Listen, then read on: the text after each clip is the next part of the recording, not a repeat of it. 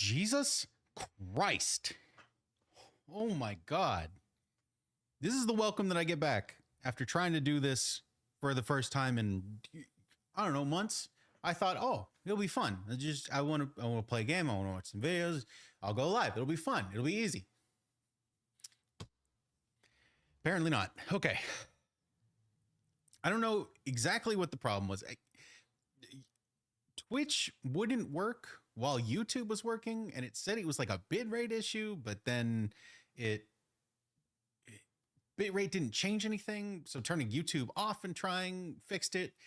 And then I just like turned them all off, tried to turn them all back on again. I think it's okay. I think we're good. I think we're okay. I think someone's going to have to tell me when it breaks again. Okay. Now I'm all over the place. I'm all out of my groove. The plan was to watch some videos and eat some food first off, and then, get into something. This took so long. My food is cold. So, back to the music. I'm gonna go heat this back up, and then we're gonna watch some videos and do anything other than what was just happening. Okay.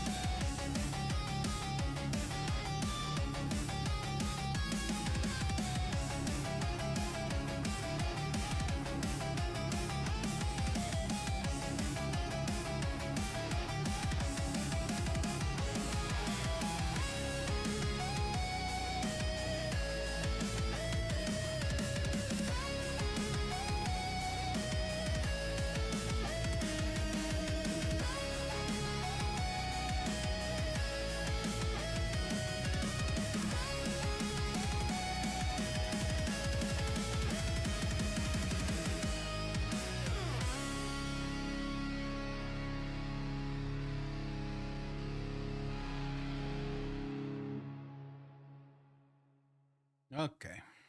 Okay.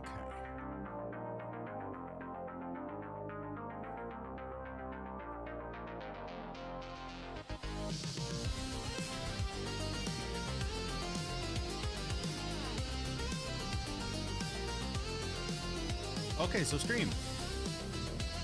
We're back. We're doing it. So, food, videos, games. Yeah. Turn off my Sonic Adventure 2 synthwave. I got a couple of videos that keep popping up for me, and I've been wanting to watch them, but I figured, you know what? Let me watch them here. Yes, I'm back from being back. Where is... Do it over here. All right, videos. So, yeah, I keep getting recommended these videos. Desktop. There we go. Blinded. So this video, and I'm gonna put this on and I'm gonna eat, and we're gonna hang out, and it's maybe not good content, but we're just gonna hang out and watch video. So this is called Why Pixar's Funniest Tradition Had to Die.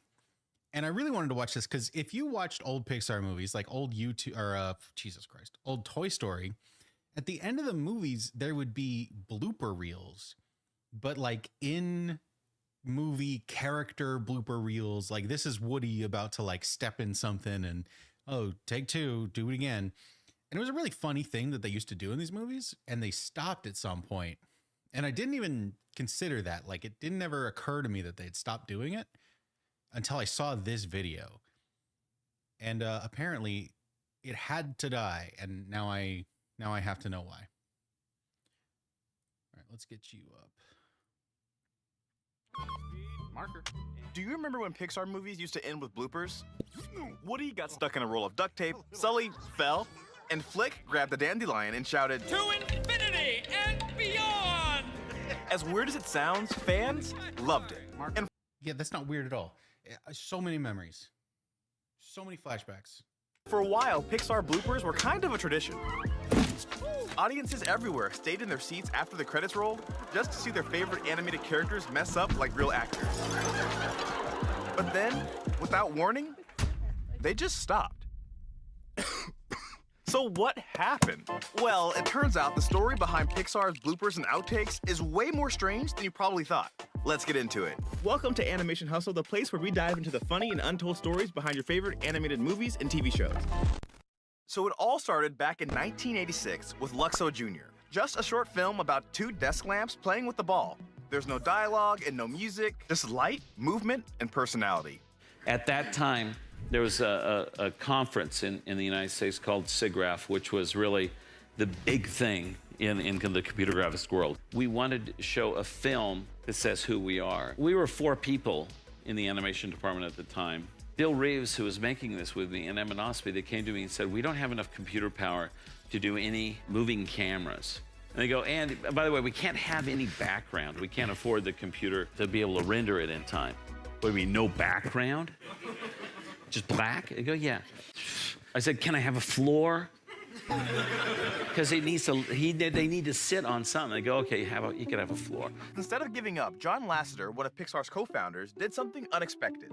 You see, before Pixar even entered the picture, he was actually working at Disney Animation. And it was there in those early years that he picked up on a powerful lesson from one of Disney's greatest animators. There was one animator in particular that became probably my closest mentor, and it was Ollie Johnston. My drawing was fairly weak. I knew what I wanted the animation to be, but I just couldn't get the drawings to work. And I was so focused on the drawing, and he would look at it and he goes, John, what's the character thinking? He never, ever, ever, ever, ever thought about the drawings. It was always the character. So instead of focusing on the technology and all the problems that it was creating, they decided to focus on the characters. The Luxo lamp really became kind of the simplest little character I could do. I wanted to animate him only using the controls the real lamp had. Even though it was a simple character design, he thought of every single detail from a character-first perspective. Tom Porter came in. Okay, real quick. So you're pointing out they only started with 4 people. Do you know who those 4 people were? Specifically, all right, there was like 3 people in like animation, you know, kind of what you'd expect. Do you know who the 4th person was? Do you know who it was that headed this whole thing? I'll give you a second.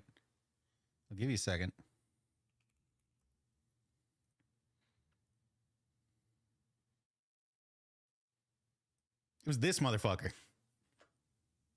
This is the guy who started Pixar. Isn't that crazy? You go from my understanding is he was at Apple and got like fired or left or something like that. And when he was gone, started Pixar and then eventually sold Pixar to Disney and went back to Apple. So yeah, little history lesson for you. Into the graphics room with Spencer, his son. His proportions were totally different than that of an adult. I started thinking, what would a baby lamp look like? So I started scaling this regular Luxo lamp in, really short arms. I left the shade kind of bigger. I left the light bulb the exact same size, thinking that that's something that doesn't grow. You buy that at a hardware store, And then he let the character's personality come out through the movement. When he's hopping, chasing the ball, he's so excited and happy. He can barely spend any time on the ground. At a certain point, he pops the ball. And he hops out. But it's a completely different hop. And it's so clear, he's sad. It's that kind of thing that Ollie was talking about. What's the character thinking?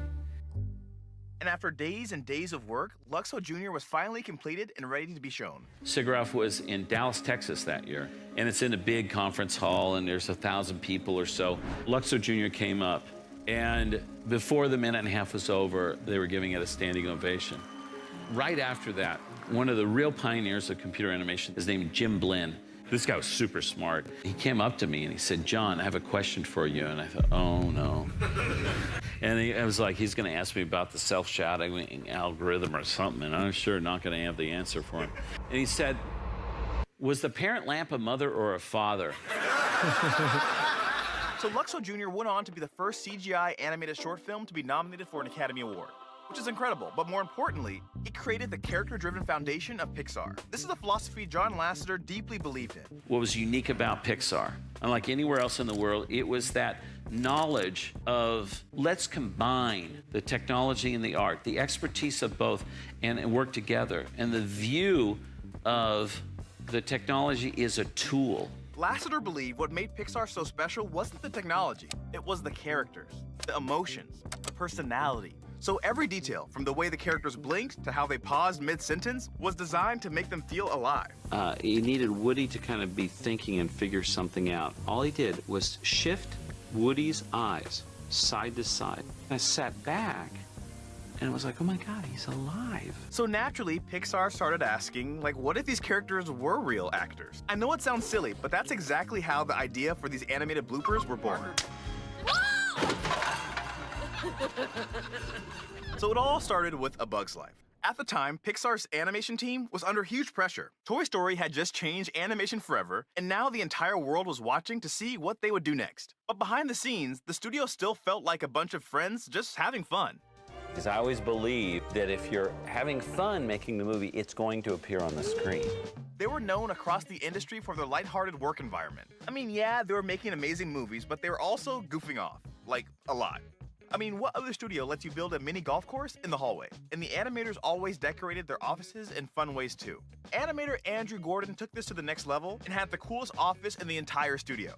If you went inside and pressed this button, this bookshelf opened up, revealing a hidden lounge. And sometimes they would stop work in the middle of production and have a studio-wide meeting. But instead of going over spreadsheets, everyone would design and build their own custom paper airplanes, and they would fly them across the studio. Clearly, they had a lot of fun, but one of their silliest moments happened when the hijinks spilled out of the studio onto national TV.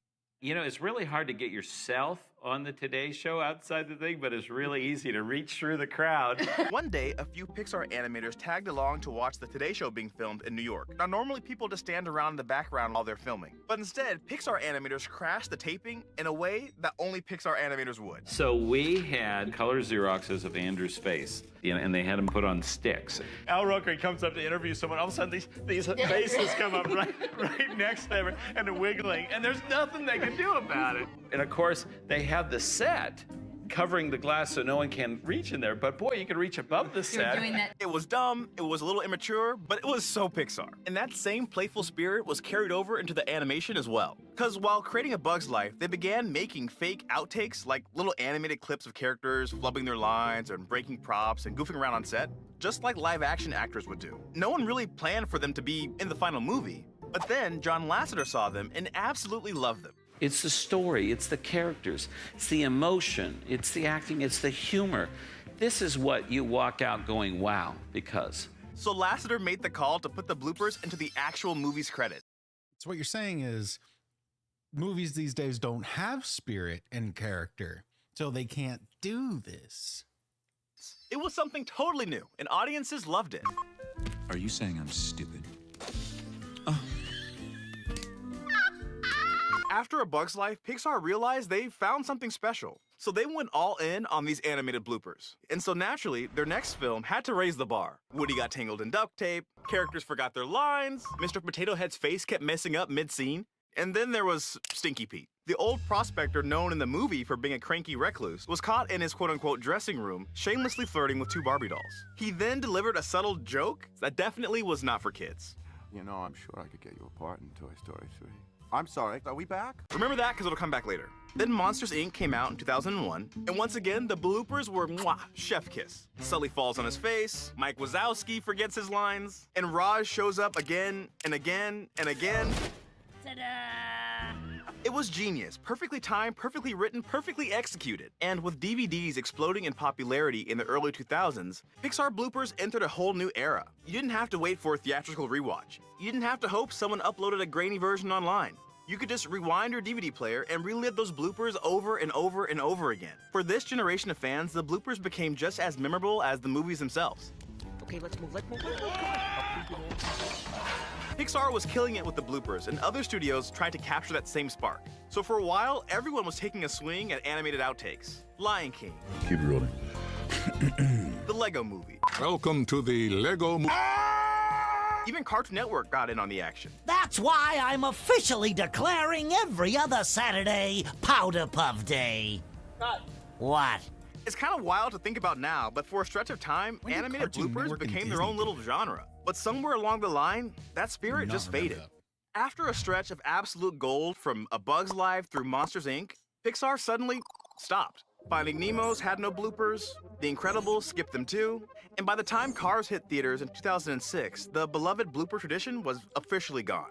But the story doesn't stop. Pixar didn't just toss aside their quirky sense of humor entirely. Instead, they quietly replaced the classic blooper format with something new. Technical goof reels.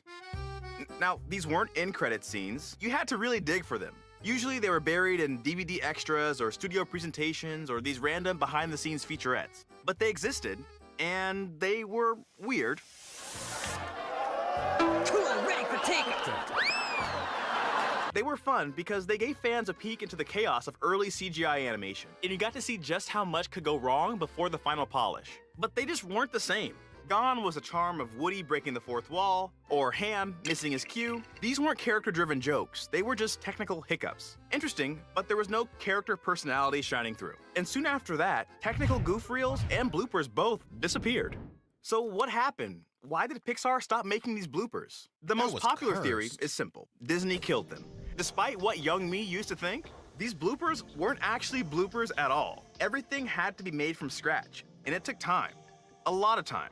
So when Disney bought Pixar for $7.4 billion in 2006, corporate may have stepped in and slashed them because they were too expensive and didn't really justify the extra hours. It's a solid theory, and yeah, cost probably played a part, but that's not the full story. The infamous Pete joke from the Toy Story 2 bloopers didn't exactly age gracefully. And in hindsight, a powerful older toy winking at two Barbie dolls and implying inappropriate behavior was kinda yikes. Especially after the Me Too movement in 2010s, which focused on raising awareness and combating sexual harassment, Pixar quietly removed that blooper. Another possibility I don't hear many people talk about is how the animators themselves might have ended it. After a certain point, maybe they thought the joke had just ran its course. You can only do so many messed up lines and prop gags before it all starts to feel repetitive, especially when you've already done it to near perfection in A Bug's Life and Toy Story 2. And maybe the biggest reason, and the one that explains everything, is this. Pixar changed. Their tone, their storytelling, their ambition, it all evolved. As movies like Nemo and The Incredibles and Ratatouille leaned into that more emotional realism and mature storytelling, maybe the idea of cartoony bloopers at the end just didn't fit. It's one thing to see Woody trip over a boom mic. It's an entirely different thing to tack jokes onto movies about family trauma, generational pressures, or clownfish searching for his missing son. But that brings us to today. Because more than 2 decades after Pixar quietly phased out their bloopers, they made a surprise return in 2025 with Elio. Well, at least they tried to. So for Elio, Pixar dropped a short blooper reel before the movie even hit theaters. And while it looked like a nostalgic throwback of animated characters messing up their lines, breaking props, and cracking jokes, it didn't land the same way. I kind of think that's because the original bloopers were an extension of Pixar's belief that the characters were actors. And so with Elio, we hadn't seen them grow or struggle or bond on screen, so when the bloopers dropped, there was no emotional foundation. It was like they simply did it for marketing and to make a few dollars. And I think audiences could tell. Instead of being a clever bonus or emotional payoff, the reel felt disconnected from the legacy it was trying to revive. It lacked the context, the character familiarity, and the heart that made Pixar's golden era outtakes so special. We found this rather primitive. So it's easy to look back at Pixar's animated bloopers and just see them as clever jokes, but they were so much more than that. They were magical.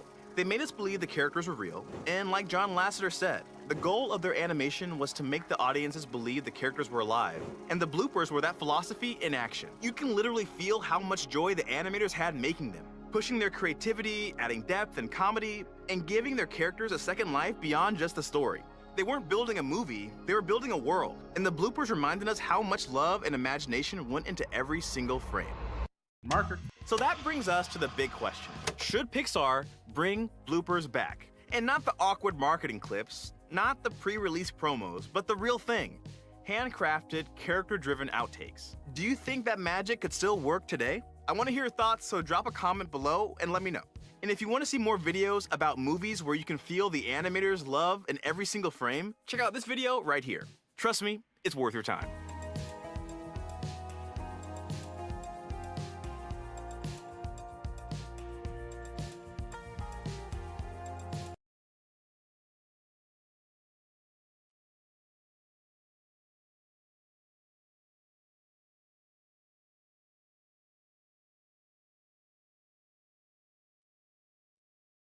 All right, so Bailey was basically right, yeah.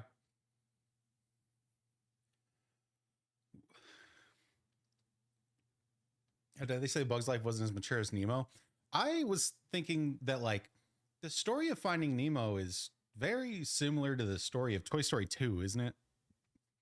Or at the very least, they're on par. It's weird to say that it's so much more of an emotional journey to the point that you can't do funny things.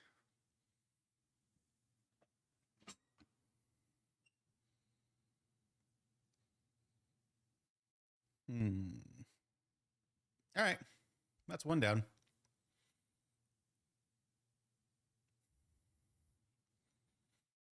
I'm going to throw another one on for just a few minutes and then we'll get into it. That famous.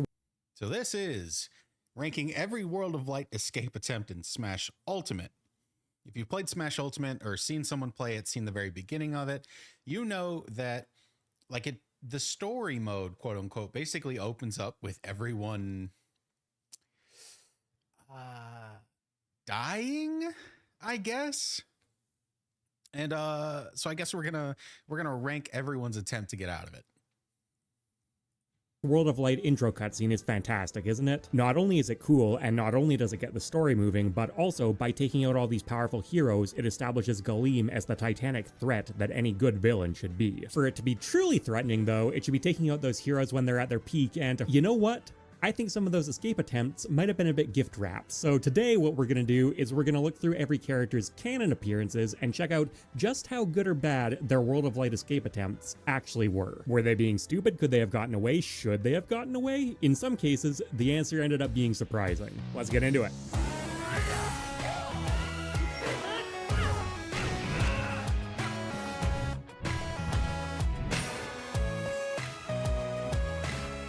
So I've got kind of a behind the scenes studio tour segment today because I've worked with a lot of companies over the years. There aren't many like FlexiSpot where I can honestly say they've permanently altered my lifestyle for the better. When FlexiSpot asked me if I'd like to check out their E6 standing desk, I absolutely jumped at the chance because the thing is, this position you see me in here, it's where I'm in when I'm recording, when I'm editing, when I'm getting footage. So basically, it's where I spend my day. And I feel it, especially because I tend to sit with more weight on one side, and that hip actually gets a bit numb in my day-to-day life sometimes. And the thing is, I've tried to be a standing desk guy before, but I made the mistake of copping out for one of those, like, you know, horrible hand-lifted spring mount things that can barely hold any weight. With FlexiSpot's E6, on the other hand, look at this. I've got my entire YouTube lineup on here. I got my consoles back there. I got my Stream Decks, keyboard, monitor, other monitor, whole computer, but because the E6's load capacity is over 300 pounds, that is never going to not be satisfying. I'm recording this while I'm still in the middle of putting the office back together. I decided to just tear everything apart and rearrange it. This is my old desk. It's where I used to just sit. I'm gonna put so much fun stuff on there, but I've already had good time to use it. Done some writing, done some editing, done some gaming. What are you here for? And oh my god, I already don't think I could go back. I feel more energized. My back feels better. And of course, I still plan to sit sometimes, so it's really easy to get back to. When I first got the desk, I thought it would just go up and down. It actually has memory settings, so it'll go to the exact height that you want every time. You can find FlexiSpot at my link below, and if you use it, you're getting a sick desk or one of their other products and helping the channel out at the same time. Thank you. So the obvious ones first, we have Kirby, who made it. That also actually does make sense when you look at how warp stars are used in the Kirby games. Yes, Sakurai obviously picked his baby, but it's a good fit. We also have Sephiroth, of course, because escape attempt. And then all these characters that didn't make it on screen because they're DLC or just doing something too boring. We see the entire squad on the cliff face and in game, so they definitely got wiped out. It's interesting to think about what they'd be doing to try and survive, right? Maybe Mario was caping? Did Incineroar try and tank the blast? Did Mr. Game & Watch pull his bucket out? Did Little Mac try and punch it? I don't know. It's a cool thought experiment. If you got any good ideas for characters, leave them in the comments. As for what we actually do get to see, though, heading in, there's a lot of bravado. Everyone's feeling pretty good about themselves. Then things start escalating, and the first one to see this is not about to go down well is Shulk.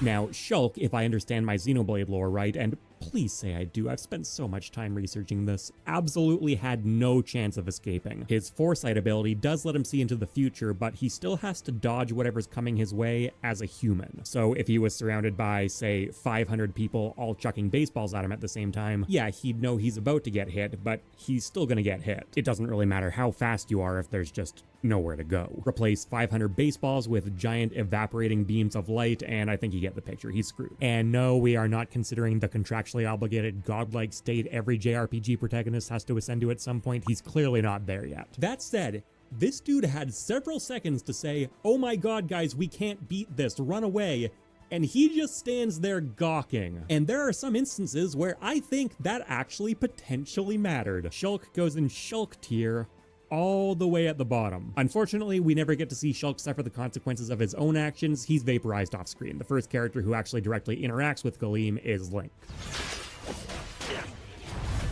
So this is the Breath of the Wild incarnation of Link, and like with many incarnations, he wields the Hylian shield. Now, this is not the strongest version of it that's ever existed in Zelda. You can actually break it if it takes enough force, but it's still by far the most durable shield, and you can see very clearly that it is actually tanking the hits well. The big problem here actually stems from Link himself. Now, this first blast that he takes, he's reasonably well braced against it, although he's still only using one hand. He could definitely have taken that better. And the reason here is because he wants to keep his sword hand free to slash at not even the beams. He just kind of slashes nothing. That's not great. Now, you can't really blame him for following his ancestral memory. Generally speaking, in Breath of the Wild, you're not slashing attacks back at enemies so much, but in some Zelda games, that's a huge thing. In Breath of the Wild, though, you rely on your shield, and Link should probably have followed the playbook a little closer this time, because what happens after the slash? He's totally off balance. He takes this next hit here, and there's a bit of animation trickery, frankly. He shouldn't have even had that happen. This is not an animation review video. I have plenty of those if you want them. The implication is the same trickery or no trickery, though. He takes the second blast, but he's knocked completely off balance by it. He's not braced at all, and then he gets wiped out. So if Link had done the smart thing and just hunkered down behind his shield to try and weather the storm, he definitely would have held out longer. Would he have escaped? Not like that, no. Because things start getting complicated here. Galeem just doesn't attack the cliffside. It doesn't just attack the planet. It evaporates the entire universe. So to escape it, you need to escape the universe, which actually turns out to be a surprisingly common ability in video games, including The Legend of Zelda. There are a number of alternate dimensions. The Sacred Realm is an obvious one. The thing is, though, in Zelda games, you can't just, like, flip a switch and be in there, and in Breath of the Wild, you definitely can't. This particular Link can also teleport using the Sheikah Slate, but there's no indication he wouldn't just have to come right back down somewhere not too far away. So Link was always doomed, but even in that context, his strategy definitely could have been smarter. And right beside him is Samus.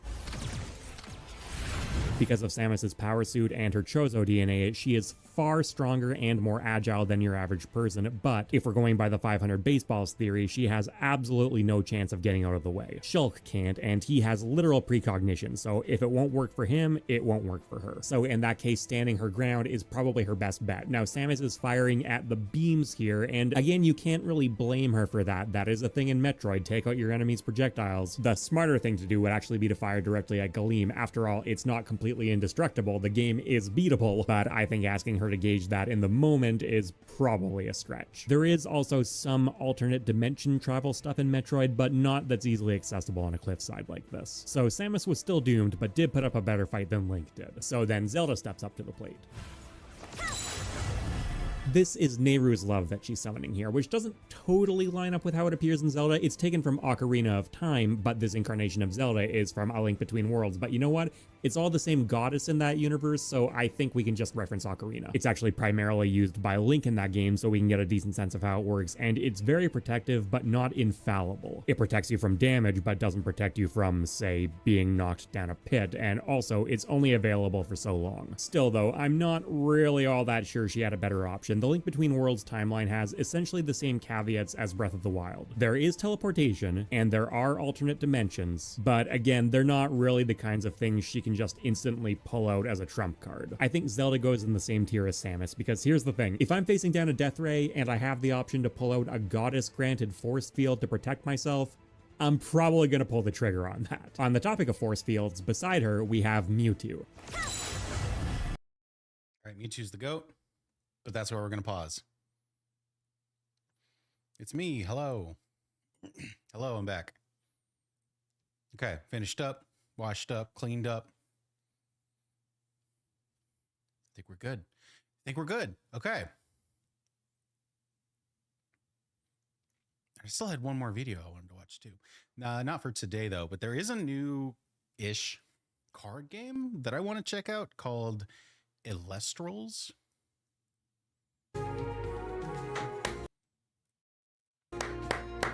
Welcome back. Oh, I don't really know what's up with this game, but I like this guy, and he's apparently like helping them run it to some extent. And there's an online client that is free. So one of those days here, we're gonna have to check this out. One of those days, but not today. Not today. All right. Let me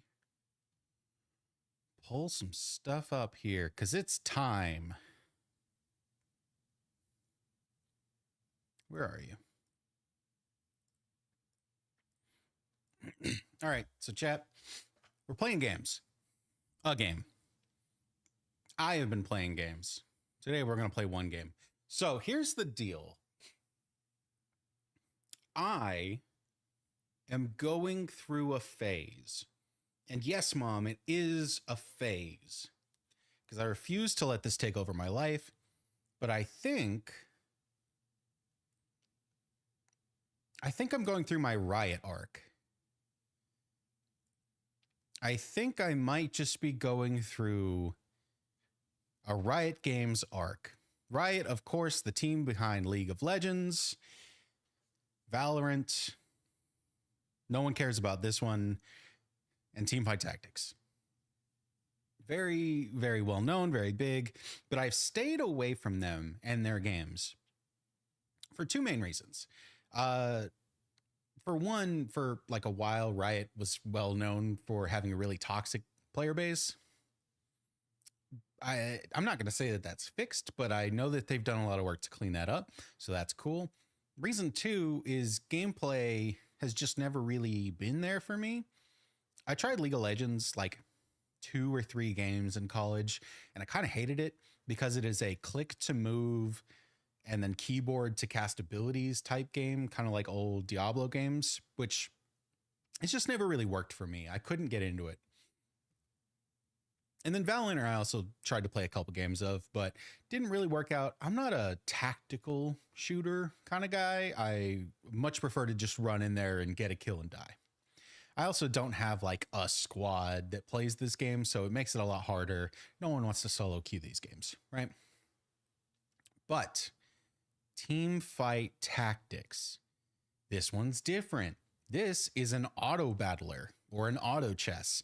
It was made to combat Dota's auto battler. And as far as I can tell, Teamfight Tactics has blown up to be the auto battler, the big one. And I'd never played it until this week, but I like auto battlers. I played a lot of Super Auto Pets and a handful of other just random things on Steam that were either free or cheap. And auto battlers are really fun, but when you get one, you know that you're going to play it for like a couple weeks, maybe a month, and then put it down, never touch it again. Like they're fun, they've got some depth, but they're just not long-term games. Well, Teamfight Tactics is the long-term auto battler. Like this is the one that people have been playing nonstop for years. I don't know how long this game has been out. They're in season 15, so it's been out for a while. Not really sure how long though. But yeah, I tried it this week because I was just feeling it. I can't even give you a good reason why. I was kind of just feeling it. And I get it. I get why this is the auto battler. I get why it's been around for so long. It is very fun. Even though I don't know what I'm doing most of the time, I am enjoying it. And so that's what I want to do today. I want to play some Teamfight Tactics, learn some strategies, walk you through it for your sake and mine, and maybe try some ranked. Depends on how long we're going. But let me say this. You might be thinking, well, Teamfight Tactics, that's one game. That's not an arc. How are you going to be in your Riot arc playing one game? Well, it turns out Riot has a beta for this new game up in the top corner called 2XKO, closed beta. And 2XKO is a fighting game, a 2D fighter, just like Street Fighter, just like Mortal Kombat. And if you know anything about me, you know that I occasionally like to partake in a 2D fighter. I played a ton of Mortal Kombat when it came out, and I've played past Mortal Kombat games. A few months ago, I got into playing a lot of Street Fighter 6 for a while, and honestly kind of burnt myself out of it before I was done with it. You know, like I still had more that I wanted to do. I didn't even really touch ranked. I wanted to get good at it and play it, but I just burned myself out of like the story mode and learning characters and stuff like that. It's a lot. It's a big game. And so I stopped playing it, but I've kind of been thinking about it. And then 2XKO goes into closed beta, I think at the beginning of the week, maybe last week. And I thought, hey, why not? I'll put in my email. Maybe I'll get a code, but I'm not going to, you know, it's whatever. It's probably not going to happen. Whatever. Like 3 hours later, I get a code in my email. And so I've got 2XKO now. It's just a closed beta. It does not, as of right now, have a lot of staying power, at least for me. I don't know that I'll be playing this one forever, but it's fun and it's free. And it's a 2D fighter, kind of like I'd been wanting to try anyway. So that's cool. I've been playing a little bit of that, just a little bit. I haven't really dug into it yet. I've been busy today. Haven't got to play. But so that's something. All right, so that's 2 down, right? Teamfight, 2xKO.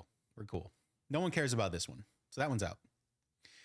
Valorant, like I said, hasn't been for me, and more importantly, I don't have a squad for it. So like that's just not going to happen unless I get like 3 or 4 friends that are really into it, you know? So I'm okay not touching Valorant. That just leaves League of Legends. And like I said, couldn't get into League because of the point-click movement. So we're good, right? Don't need to touch that one, right? Well, it was, I think, last month, they put out a very big update to change the movement controls. So now you can play League with WASD movement. And I don't know how I feel about that. A lot of people apparently don't like it, but that's, of course, people that are used to point and click movement.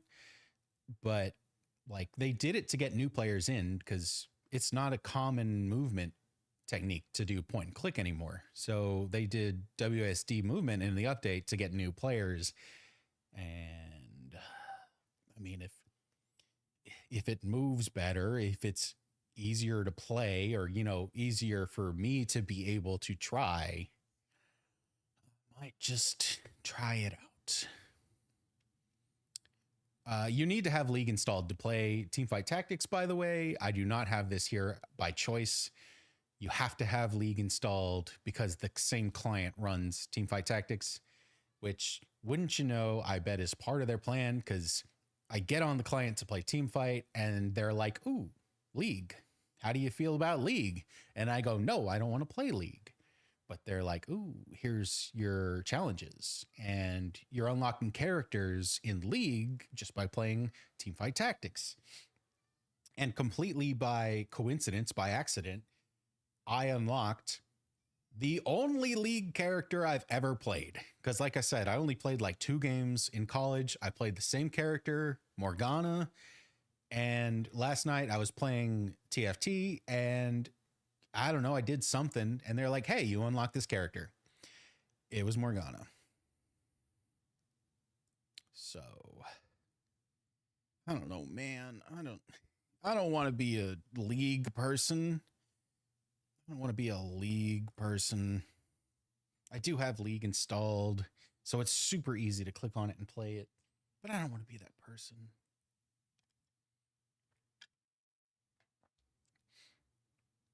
Yeah, super intentional that it makes you have both.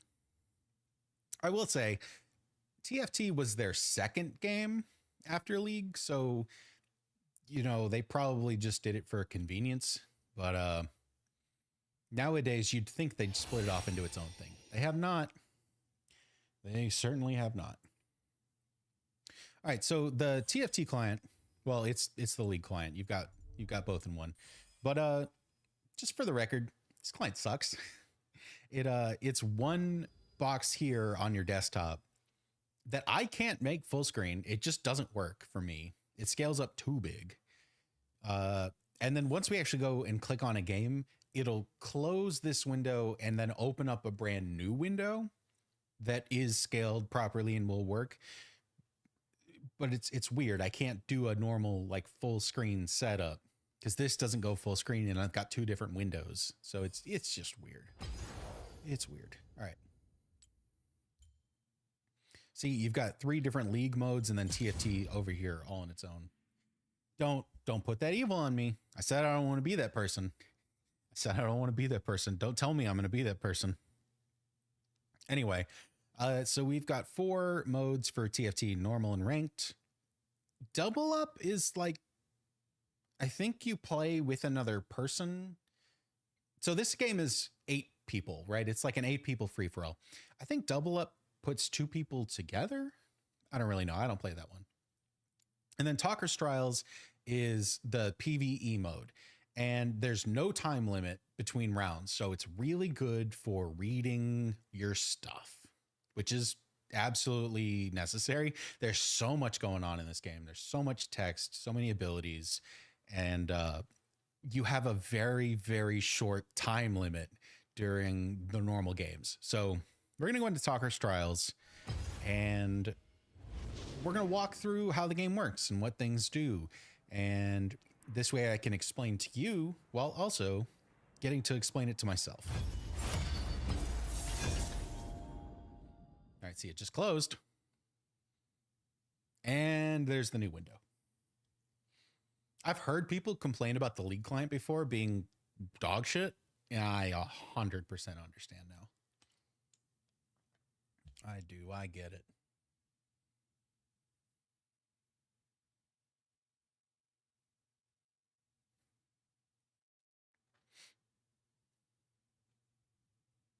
It also takes forever to load.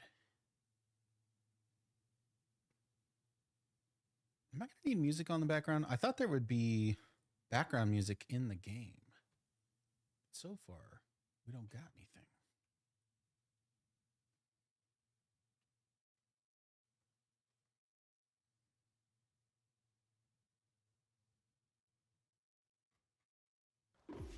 Oh, there it is. Oh, okay.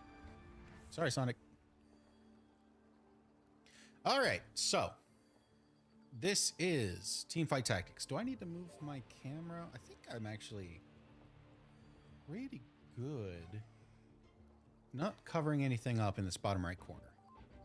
So, this is the PvE mode. We're not playing against any other people, so it's just a way for me to go through and click on things and read things, etc.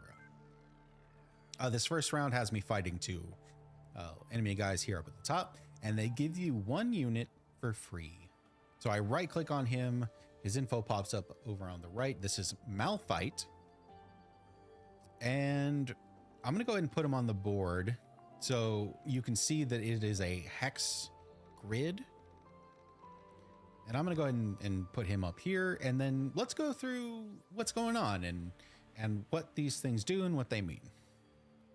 So we'll start with Malphite. This is one of our units. It's the only unit we have right now. Down to the bottom, we've got our shop. I have 3 gold. I can spend the gold to buy, any number of these people. We can re-roll them. I can buy experience. I'll talk about that in a minute.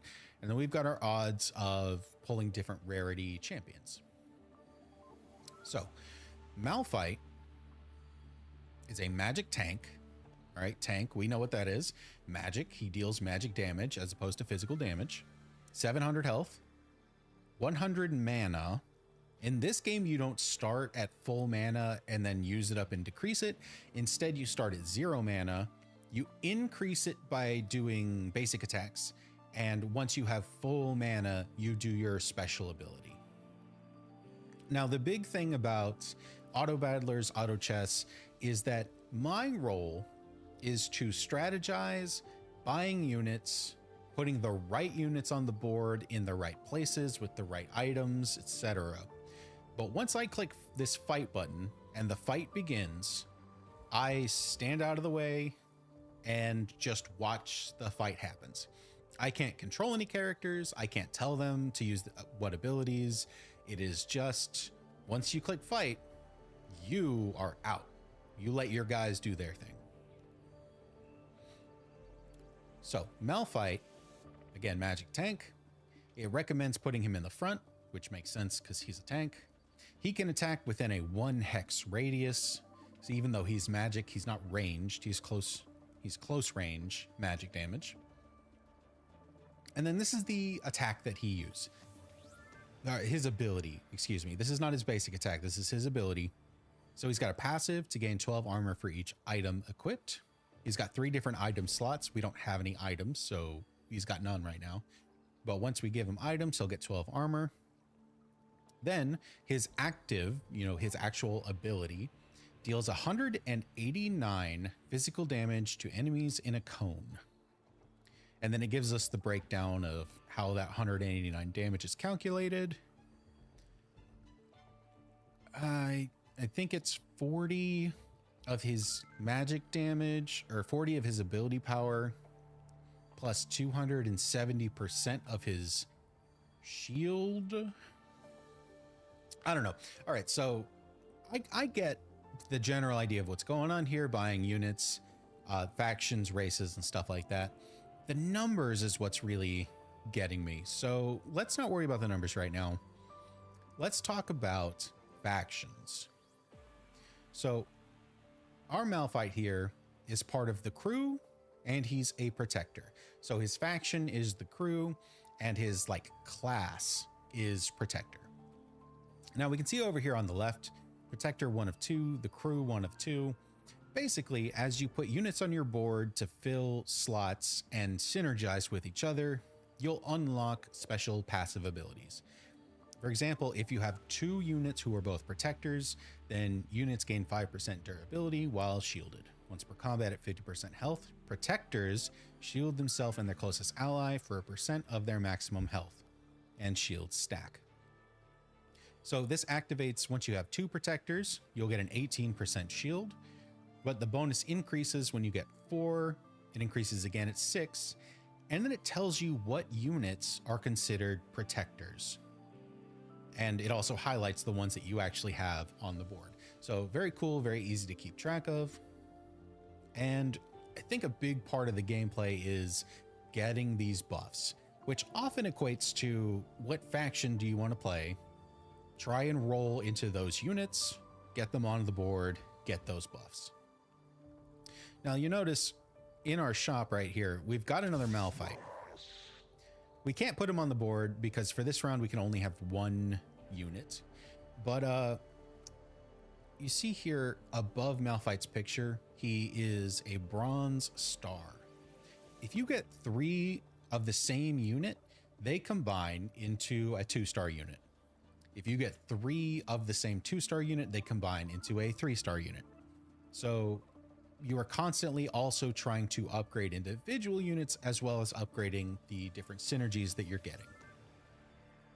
So for my case, I'm going to buy a second Malphite because if I get a third one, then this guy gets more powerful. I'm also going to buy these 2 Callistas because there's 2 of them specifically. And if I get another one, then they level up. And I'm just going to click fight. Timer goes down and they just do their thing, and we just sit and watch them.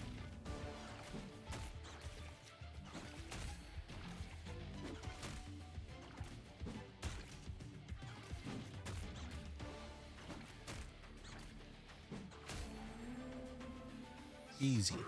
I don't think it's possible to lose that fight. For completing that fight, we get a white orb. So random loot, basically. That one gave me a sparring gloves, which gives plus 20% critical strike chance. And it gave me Gangplank. So Gangplank is 1 star. He's from the Mighty Mech faction. He is a duelist. And he is a 2 cost, basically an uncommon. Our Malphites are 1 cost, gray, common. That gave us Gangplank. 2 cost, uncommon. The rarities go common, uncommon, rare, epic, legendary, which is gray, green, blue, purple, and orange, which you can see down here.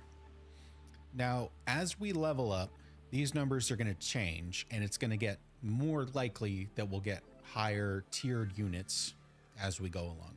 So right now, we can roll as much as we want. We are guaranteed to only see common 1 cost units. But this special like loot that we got for beating the round, well, that gave us a 2 cost. So that is a nice power boost right from the beginning. We're going to throw him on the board.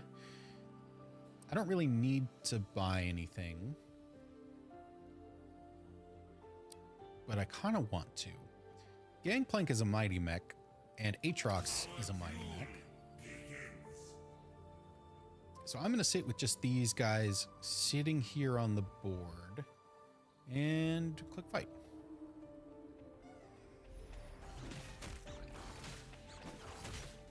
Now Gangplank, being a duelist, wants to sit up in the front row. He's a close range attacker, and his ability can generate gold when we get kills. We get a small amount of gold at the end of every round. I actually don't know how that's determined. I don't actually know how much gold you get after each fight. I'm going to be honest with you.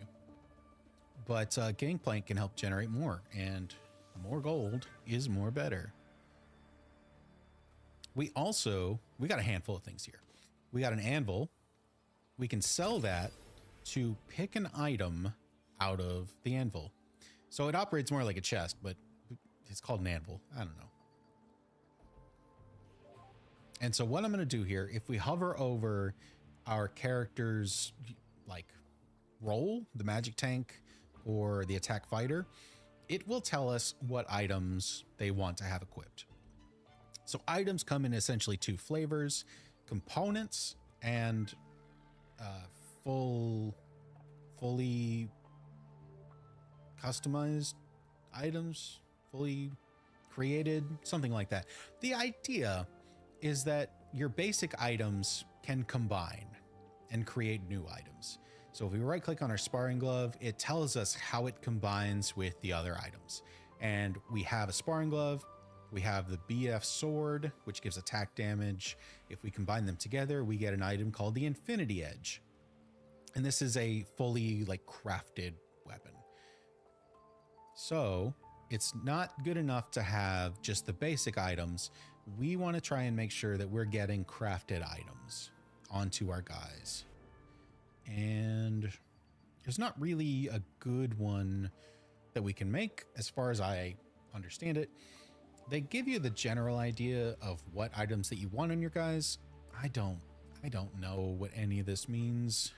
I don't read enough of it. So our Gangplank is an attack fighter. I'm going to give him the sword for plus 10 attack damage. Oh, I'm in the middle of a chest. I completely forgot about that. Let's get a vest, because that's a tank item. It gives plus 10 armor. We'll give that to Malphite, our tank. And do I want to buy anything? I'm going to buy Lucian, the Mighty Mech Sorcerer. Ooh, you know what I should do here? I can show you about faction bonuses. So first up, I've got this golden item remover. It's just going to let me take that chain vest back off of Malphite, because I actually don't want that. Instead, we're going to throw Aatrox in. Again, Aatrox is a tank. He's an attack tank as opposed to a magic tank, but he's a tank. That's what matters. And Aatrox is a Mighty Mech faction. Come over to the left. Mighty Mechs do something at 3. We've got 2 of them. If we can get 3 of them, they do something.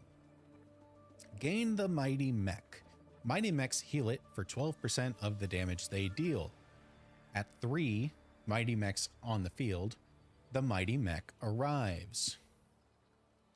Then at 5, it gains Blade Protocol level 1, and at 7, it gains Blade Protocol level 2. And so I've got Aatrox, Gangplank, and I've also got Lucian that I just bought from the shop. If I put all 3 of these Mighty Mechs on the field at the same time,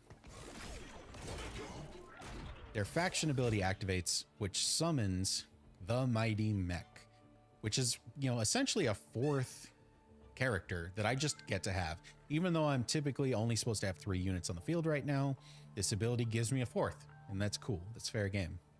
And it is going to be a magic tank. It's pretty all right. If I can get 2 more Mighty Mechs on the field, he'll be powered up to have a new ability, and he'll be pretty good. Mighty Mechs are a pretty good faction.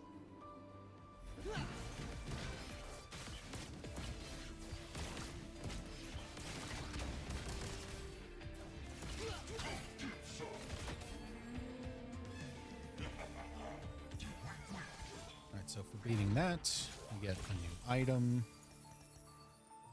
which in this case I think was just gold. That's okay. We've got new units to buy. So first up, we've got another Malphite, but I don't think I'm going to use the Malphite, so I don't really feel like I need to buy him. However, I got 2 more Lucians. And you see here when I bought 1 Lucian, now it's got the 2 stars on it, and Malphite also has the 2 stars. It's telling us that if we buy this, it's going to level up Lucian into a 2-star champion. So right now, 1 star, I buy this.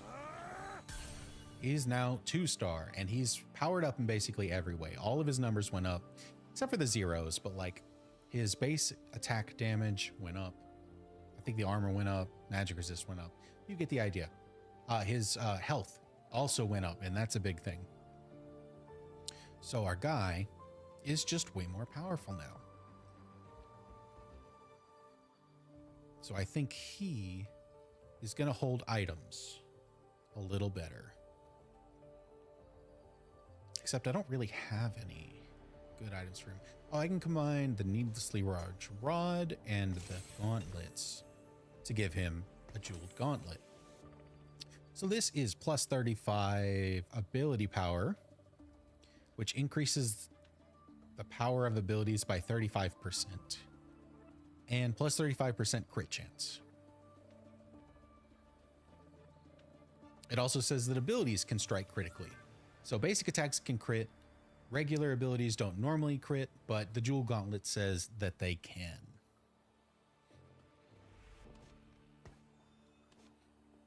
Oh no, did you walk away while I was explaining? You were going to be so lost. It's okay. We got guys, we buy them, they do things. We've got a Power Snacks, which is a buff that we can apply to one unit. Very powerful. You only get 2 Power Snacks a game. Cast abilities twice, but deal reduced damage.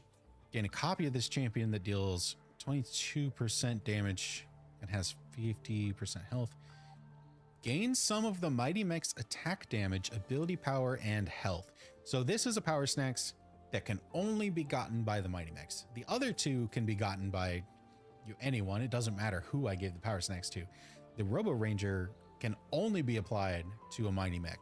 So I think that's a pretty good sign to try it out.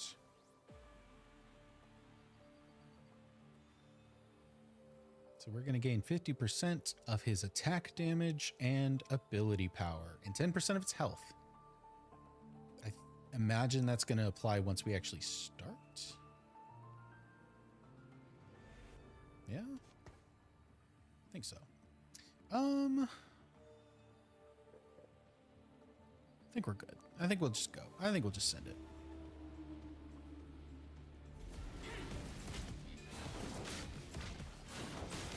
Okay, Steven's here. He understands what's going on. He can explain it. Rise again. I dare you. All right, so at the end of the 4th round, I guess, we get like a passive buff. We're going to get 3 of these across the entire game. So they're very important and they can be very powerful. Gain a Tear of the Goddess. This is a magic item. Your team gains 1 mana regen, which will increase the rate that we can use abilities. After 15 seconds of combat, increase this to 2. So after 15 seconds, they'll be able to use their abilities much quicker. But 15 seconds is kind of a long time. We can't guarantee that we'll get there.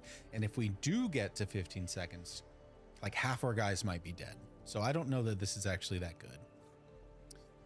High voltage, gain an ionic spark. Your ionic sparks have +3 hex radius and do 15% more damage.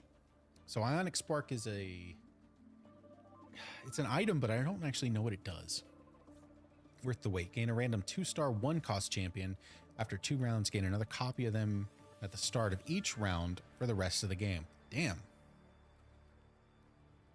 So a random, and then we just get like a ton more.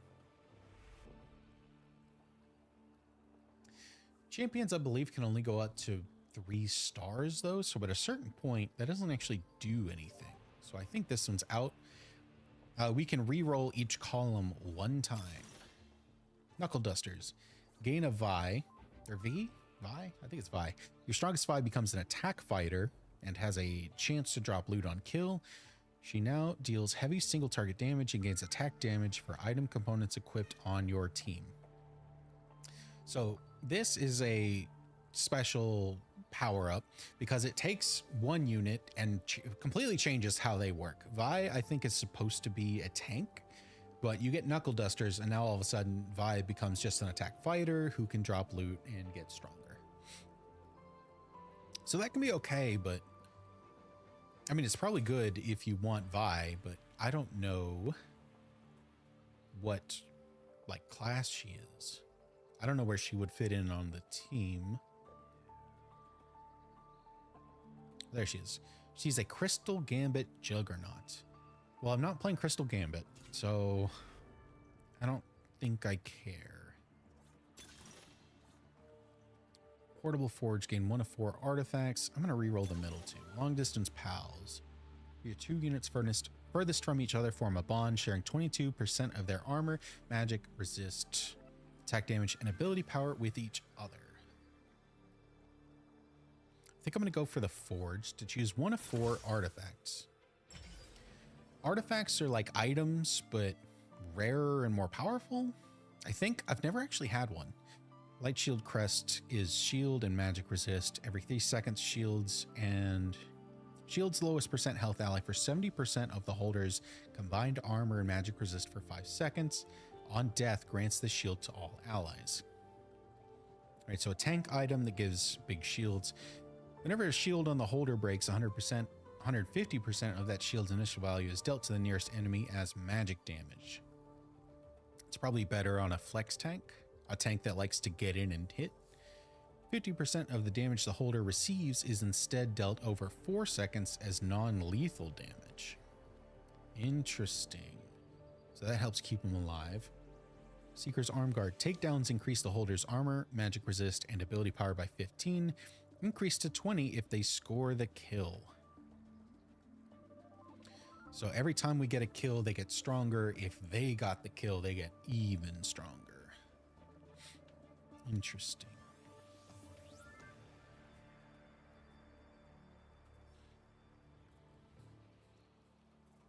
I'm going to try that, I think. I don't particularly know why. Just, you know, cause I guess. I've never seen it. I've never had an artifact. All right, can we do anything? We've got 8 free rerolls that we've gotten from just loot. There's an Aatrox. I'm gonna sell these Malphites. At some point I also got a free Ziggs, who's from the crew. Same one as Malphite. We're not gonna use them. Although it is a 3 cost. It's kind of dumb to get rid of a 3 cost just because, but also we're probably not going to use him.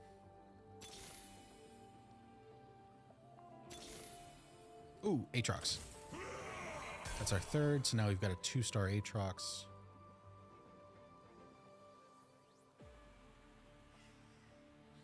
The longer the game goes, the higher chances of getting higher rarity heroes, but also the lower the chance of getting commons, which means that actually getting Aatrox up to 3 stars is going to be very difficult. All right, let's just get in the fight. A 3-cost champion would definitely make the team more powerful in a vacuum, but if we put him on the team, we would lose the mightiest mech. So I think overall we lose power. Rise again. I dare you. Also, you might notice that at the end of every round, all of our units dance. It's very cute. It doesn't happen too much in this format because the round ends when we win. But in regular modes, like if you win fast, you'll see it much more. Whoa, we got 2 spatulas. Spatulas don't do anything on their own. All they can do is combine. But when they combine, they can make emblems, which, so Supreme Cells is a faction. If you make an emblem and then give it to someone, the holder gains the Supreme Cells trait. So we want mightiest mechs, and I just talked about how this guy's the crew. If we can give him a mightiest mechs emblem, then we can put him on the team and he just buffs up our team. So spatulas and their counterpart frying pans are very, very powerful, and I don't see them very often. Can I make? I can't even make a mightiest mech emblem. Damn it. What is a Tactician's Crown? Your team gains +1 max team size and a 10% chance to drop 1 gold when you win combat. Ooh. I think we want that.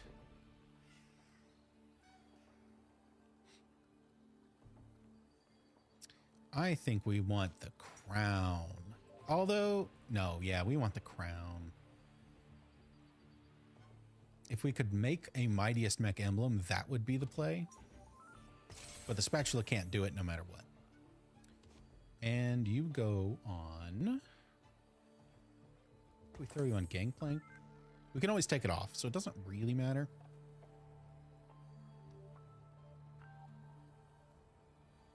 Trying to see if I can make anything any of our guys need. We don't have a cloak, which is kind of the item that we want the most right now. Just to quickly walk through what items I have and what they do. So these two at the top are tiny champion duplicators. If we have a 1-cost champion, we can make one for free. So that's really good for getting the third of a 1-star, or the third of a 1-cost if you want to upgrade it to a 2-star. And later on, it can be, 2 copies of it to get to 3 stars. So it can be very good. The Reforger unequips all items from a character and then transforms them into random new items of the same type and quality. So if I don't like Aatrox's armor, his chain vest, I could use Reforger on him, and this would turn into another basic component. It's random though, so it's kind of hard to judge what you'll get. But if you're only getting items that you don't care about and can't use, it can be nice. The golden item remover just takes your items back off of your guys. In a normal mode, this is a single use item and you get them as you play. But in this mode, you just get one infinite one, so that's cool. And then the power remover can get the snack buff back off of a guy so you can put it on a new guy. And of course, we've got our chain vest, recurve bow, tears of the goddess. These are our basic components that will make our guys more powerful and eventually combine to make big items. So we want belts and we want teardrops. Let me buy that Aatrox. We've got 2 Nikos here. Let's buy her. I'm gonna re-roll. There's another Aatrox. All right, another Aatrox. So we've got 2 2-stars.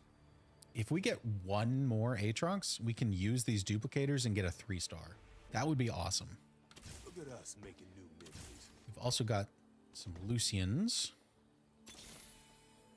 I think I'm going to be aggressive on rolling right now because I really, really want that Aatrox. It's going to level up Gangplank.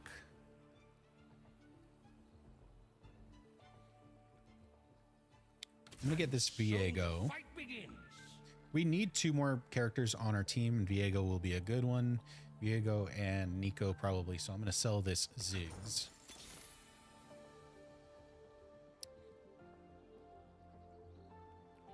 No Aatrox yet. That's okay. Let's put our guys in. You all want to be in the front row. Let's actually do that. Okay, this is a pretty powerful team. We're doing pretty good.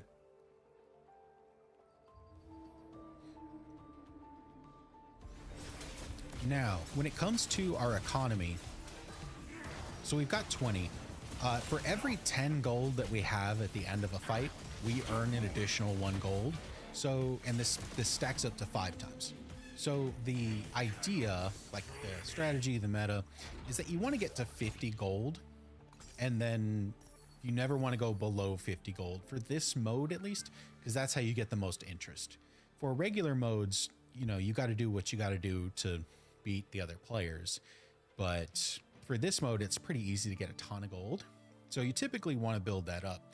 But me, like I said, I want to be aggressive to find 1 more Aatrox, because sooner or later, we just will never be able to find him again. So we want to do that while we still have a chance. There he is. There he is. There he is. There he is. Now we use our duplicators. And we have 3-star Aatrox. So we're like, we're set. We're doing great. Let's go into this fight. All of these fights are like gimmick fights in some way or another. So here we're fighting like 12 Lucians, but they're like smaller, weaker Lucians. Rise again. I dare You get a little bit of flavor text for each match as well. These two characters think that this is a date, I guess. Even though it's supposed to be a tournament. I don't see why it can't be both, but you know. Whatever. Probably shouldn't be rolling so aggressively right now. I don't actually need anything. We're doing pretty good. I need a Senna who's blue so I can find her, but my odds of getting her are pretty low. So I should just be worrying about money. rise again. I dare you. All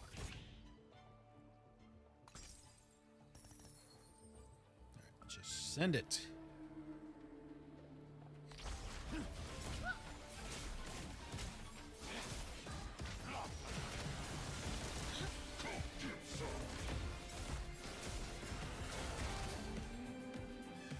Rise again. I dare you. So for round one, or level one, floor one, stage one, however you want to say, we're on the 10th. You say round, like floor one, round 10, maybe. Number 10 is always a boss, or like a mini boss. In this case, it is a 3-star Jace, who himself is a rare. And he's got a lot of health. He's got a lot of attack. He's also got a snack buff. There's only one of them, but he's a big bad. And I think I've only beaten him like one time. Like literally, I think I've beaten him one time in 8 or 9. I've not played this that much, but I've played a handful of times now. Lucian.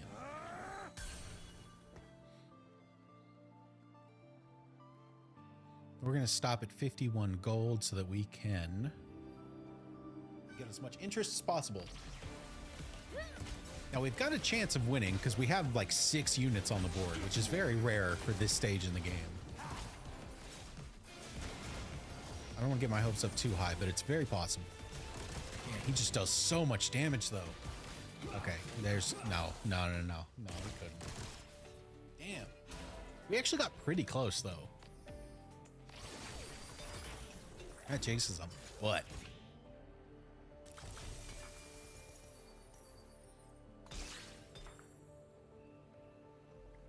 All right, so because of that fight, down to the left, we have leveled up to level 5. We've got 0 experience out of 20 necessary to level up to 6. We can spend 4 gold to buy 4 experience points. And when you level up, that is what increases your odds of getting higher rarity champions. It's also what increases how many champions you can have on the board. Right now, I'm supposed to be able to have 5. But because of the spatula thing, that bumps it up to 6. And then, of course, the Mightiest Mech doesn't count for any of that, so he gets to be here too. So now I can start looking around for new people to buy. We've actually got some chests first. What items do I want? Still not getting belts or cloaks. Or gems. Those are the 3 that I need.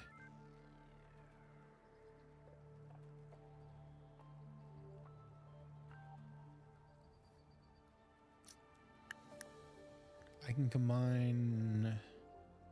I was going to say gauntlet and rod, but that makes the jewel gauntlet, which we already have.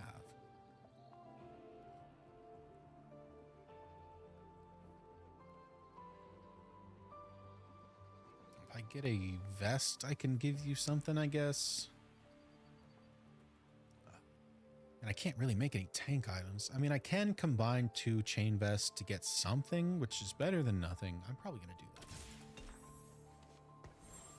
So the 2 chainmail vests, the chain vest combined into bramble vest.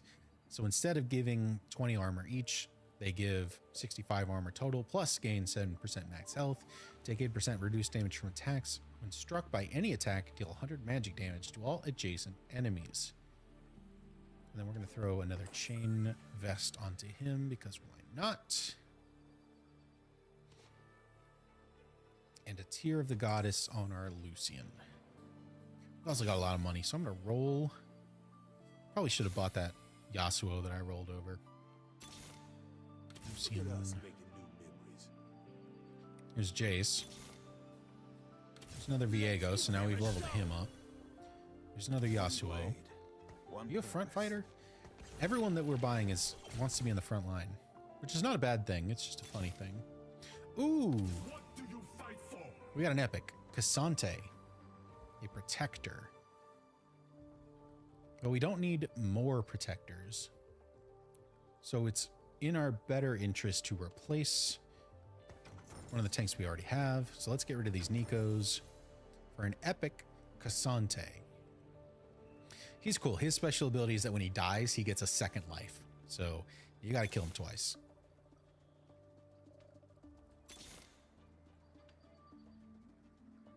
All right. And let's buy, or not buy, let's open up this chest, get an item. Gargoyle's Stone Plate is a very good tank item.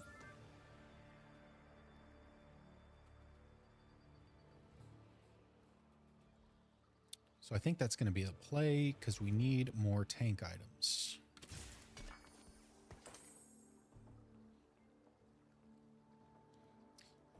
Next, I think I'm going to take my snack off of Lucian. Do I want to take my snack off Lucian? No, he's close enough to being 3-star. I was thinking I might want to know my 3-star Aatrox. I think it's fine on Lucian. All right, let's go.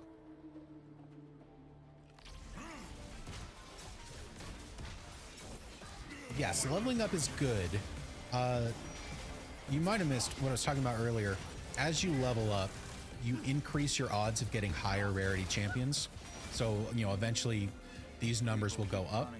But for higher rarities to go up, lower rarities have to go down. Which means if you level up too quickly, you lose your ability to find those lower cost champions, which is important because having a 3-star 1 cost is better than a single 1-star 4 cost. You know, this Aatrox is better than this Cassante. Even though Aatrox is common and Cassante is epic, the Aatrox is better because he's 3 stars, whereas Cassante is just 1 star.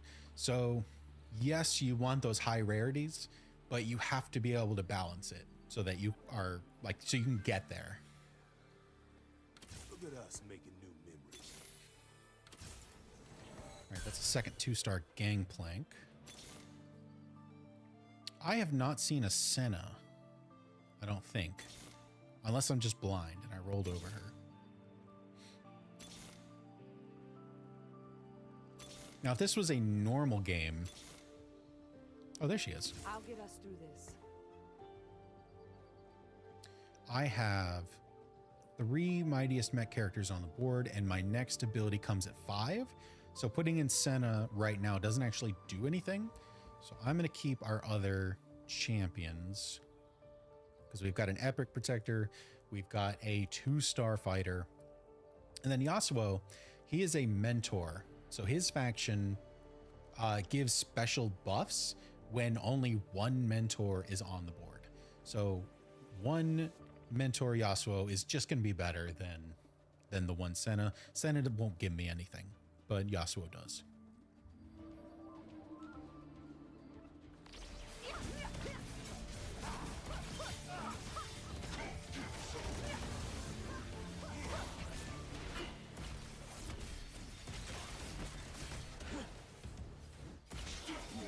Oh, are they beating me? Well, that's not good. I have definitely lost to these Katarinas before. I didn't expect to lose this one. What's your ability? No. Okay, we won. Good. Aatrox heals. That's good. Bunch of gold.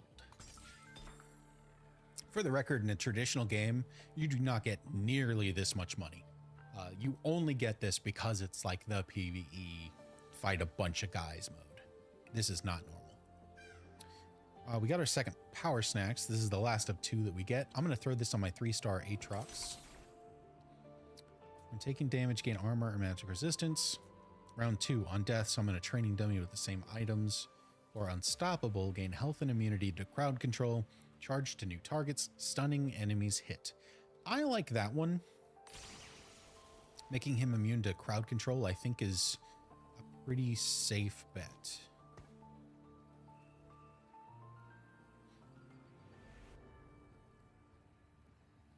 We're not really getting any items. I'm wondering if I should make a Ginso's Rage Blade. It's a pretty good item, but I don't really have a good physical attacker right now. Gangplank could wear it all right. There's our 3-star Lucian. Nice. Okay, so we've got 2 3-stars and 2 2-stars and the mightiest mech. We're doing great. We're doing great.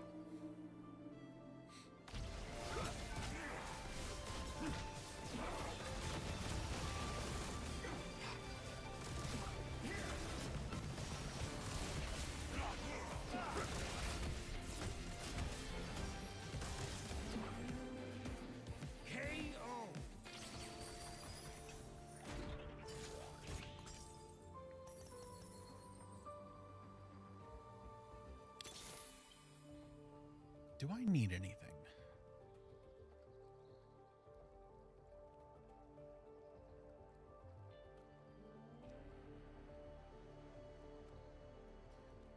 But you only got 4 guys right now. I only got 4 guys right now. What does that mean? I only got 4 guys right now. I got 6 guys plus the mech. Never mind. Okay. Gangplank. My heart is iron. We've got a 1 in 3 chance of getting greens. And there's like, I don't know, 16 greens. So our chances are not great of getting more Gangplanks. But if we can get 2 more, we get a 3-star. If we get a 3-star, we can level up and like get past the point of needing greens. So we really want to find Gangplank.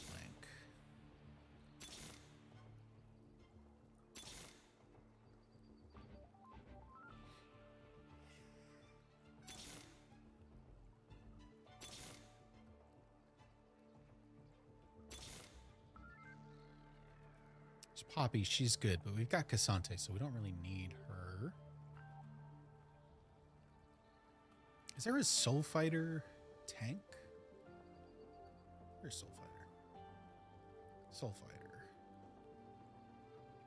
Set is a Soul Fighter tank. If we see a Set, he is better than Cassante for me.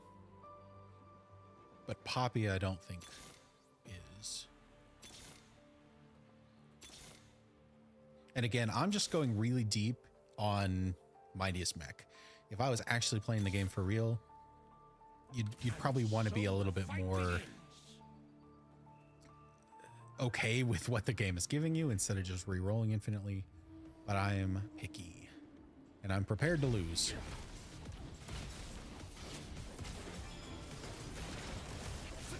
Oh, you meant the shop. Yeah, if you buy something from the shop, that slot is gone until you re-roll.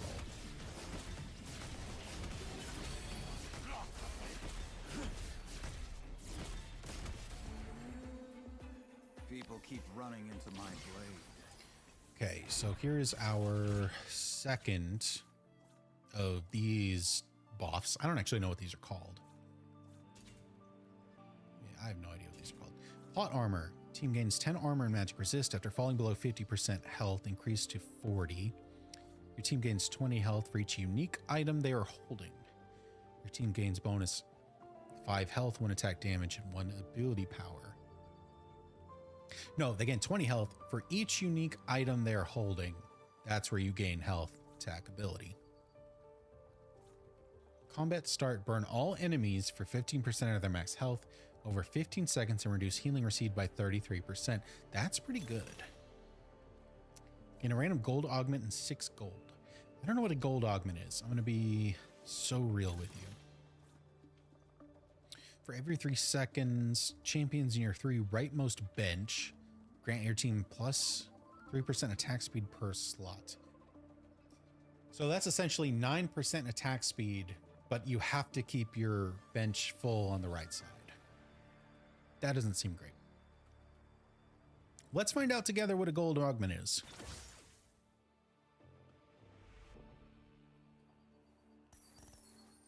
Maybe it's this. That was money.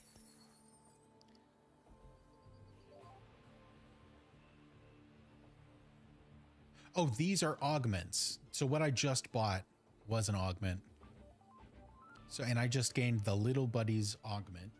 Your 4 cost and 5 cost champions gain 55 health and 6% attack speed for every 1 cost and 2 cost champion on your board. That's not good for my team because Mightiest Mac only has one cost and 1 2 cost. So that was a waste. Oh, Lucian is a 1 cost. I forgot about that. Okay, so I've got 3. That's not great.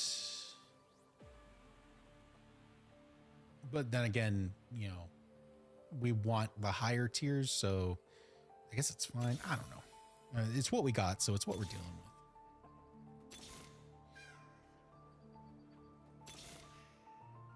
Come on, Gangplank. And Senna. We've only seen the one Senna. There he is. I need one more. One more Gangplank. There he is. There he is. So we got 3 3-star units. It's pretty good.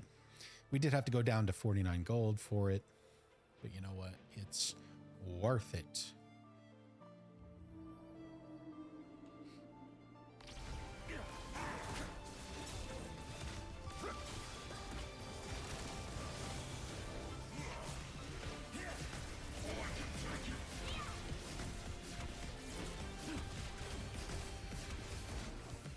You know what? No, never mind. I was going to say this fight is going well past 15 seconds. Maybe that one augment would have been worth it. But then we won on like second 17 or something. So as of right now, I think we're fine. We got another spatula. That's crazy. You're normally lucky to get 1. We got 3.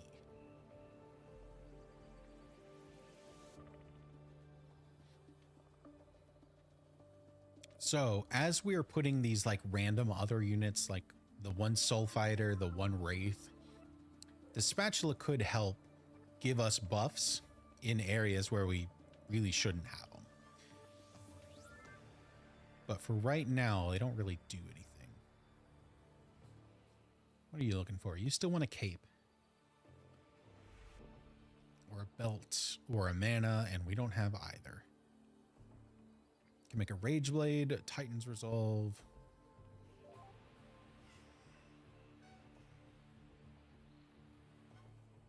Shields. Yeah, none of these items really do anything. There's the cape. And there's the belt. Let's take the belt. You need the cape.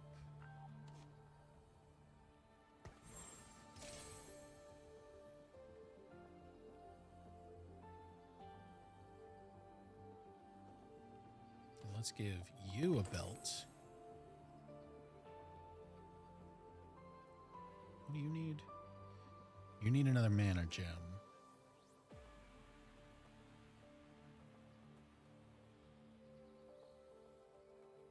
What do you need? You need a cape or a belt. Or a bow. We've got a bow.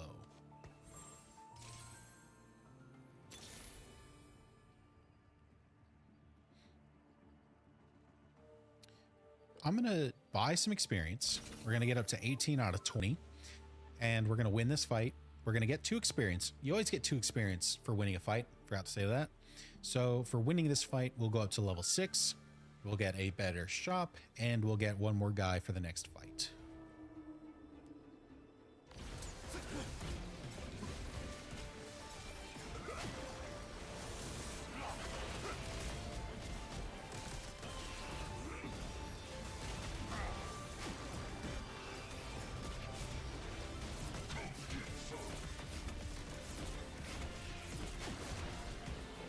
Oh, we lost.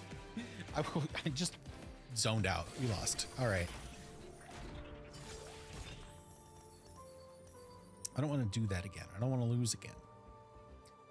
This game mode, we have 3 lives. We lost 1 to Jace. We lost 1 to those old guys. And we have 1 life left. Let's put in our Senna. What are you, an executioner? That doesn't really do anything for me.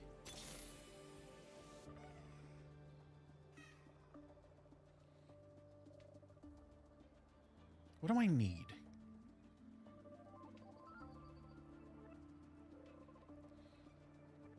I'm at the point where I don't need low-cost champions anymore, which is amazing. I think I'm going to go crazy. I think I'm going to go crazy style, and we're just going to level up straight to 7. So now we get even better champions. We got another Cassante. We need someone to actually put on the team, though. There's another Senna. We'll buy the sniper Caitlyn. Just to have someone. There's a third Wraith. Sell that sniper Caitlyn for sniper Jinx.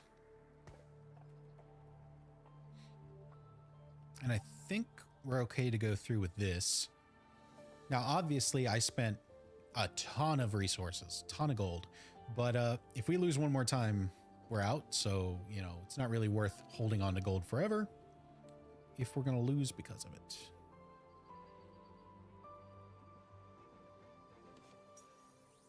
Make this item real quick. Give it to Cassante. What do you do? 10 ability power.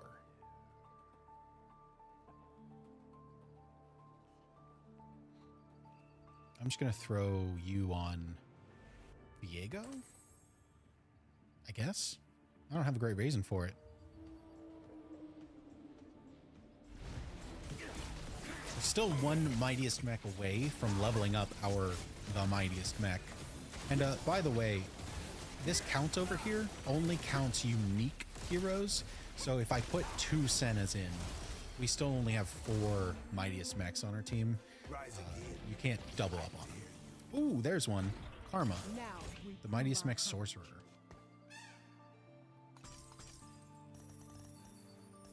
Do we have a Sorcerer already on our team? Yes, we do. So we're going to get a buff from that. That means I think it is worth getting rid of Yasuo. We lose our Mentor buff, but we gain a Mightiest Mech buff. We gain a Sorcerer buff. This feels good.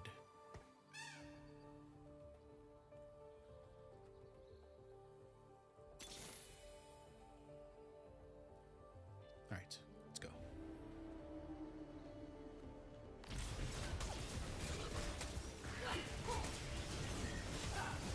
See, you say not being able to double up is lame, but being able to double up would be far lamer. Like being able to get a fully powered Mightiest Mech from just, you know, having 3 copies of 2 different guys would go insane in actual PvP. You don't want that, I promise you. It would be bad.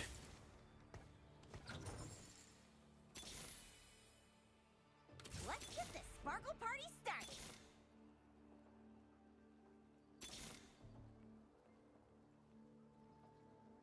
Okay, being kind of aggressive on my rolls. But again, I don't want to die.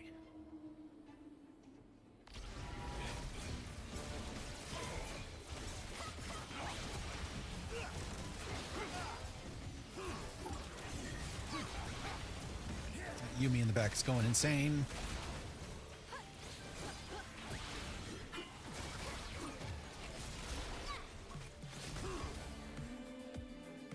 All right. We're doing it. We're doing it. Mentor Rise, I just don't think is great for us. I don't think he really does anything. Who are we fighting? We're fighting a single Cassante. But this is the boss. Are we good? How do we feel? I think we just send it.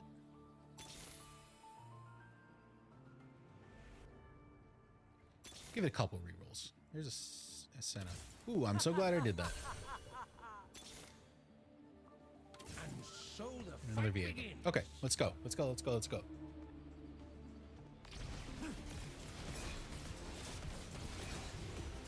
This is a big Cassante. It's only 2-star though. You can only buy your way up to 3 stars, but there are special augments that can get you up to 4 stars. It's crazy.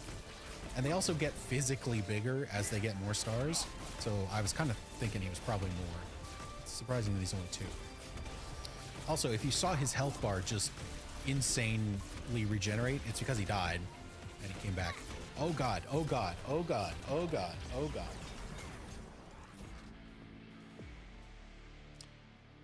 Huh. I didn't think we would lose to Cassante. We only got 3 stars. Dang. All right. We still got first, I guess. 1 of 1. Daily play. 1 mission completed. 26 new missions added. Oh, and we get to unlock 1 champion for League of Legends. Sona, Thresh, or Nami. I've heard of Thresh. I don't know any of these characters. All of the other characters I've taken have all been 1 difficulty, so I'm going to take the 3 difficulty. What does Thresh do? Yeah, I don't actually care. Thresh. What delightful agony we shall inflict. And then my dailies and stuff. Let me just get this cleared out.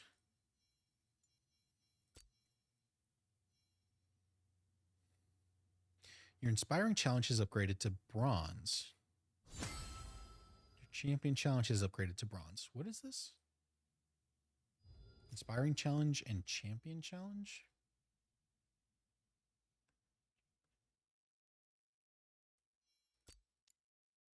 Is that something here?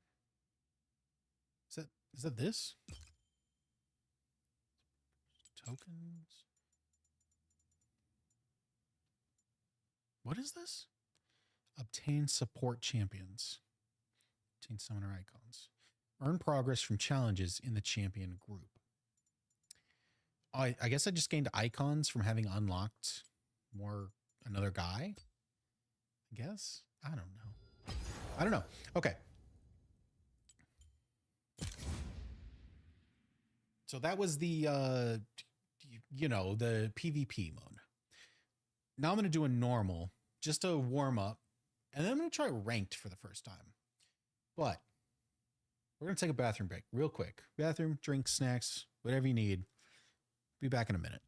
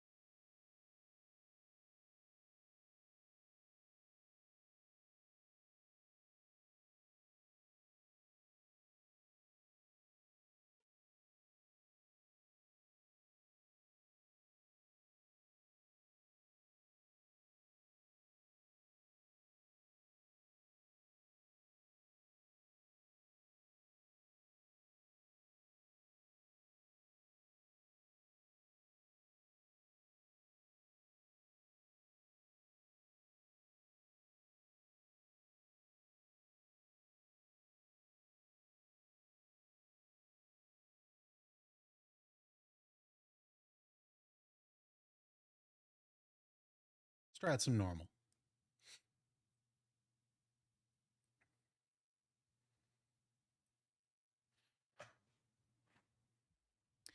So, normal mode plays a little differently. There's going to be a few extra things, mostly the carousel. You'll probably get the idea of how the carousel works. The big thing about normal is that you've got a very short time limit on basically everything. So I'm going to try to still walk through my thought process, what I'm trying to do. Be prepared for me to just have to kind of go. Oh, also we've got a queue now.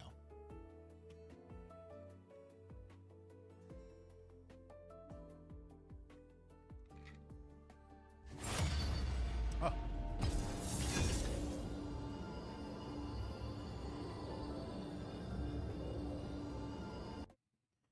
Oh.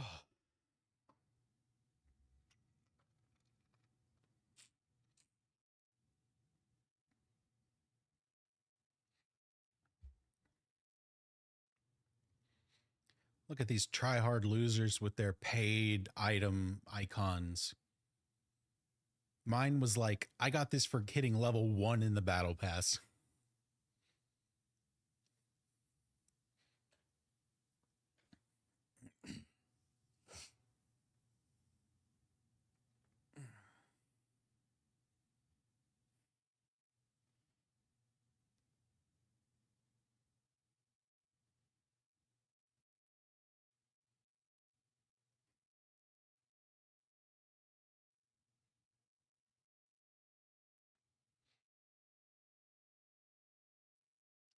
Also, this bar down here, 75%, is a fucking lie.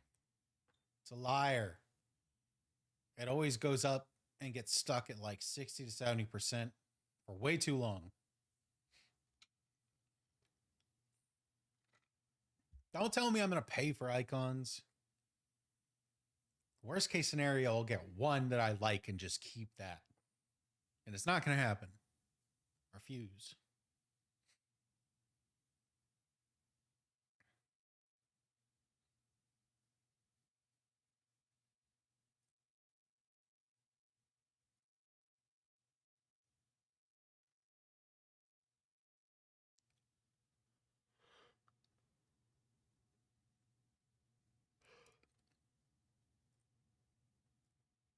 It's too quiet.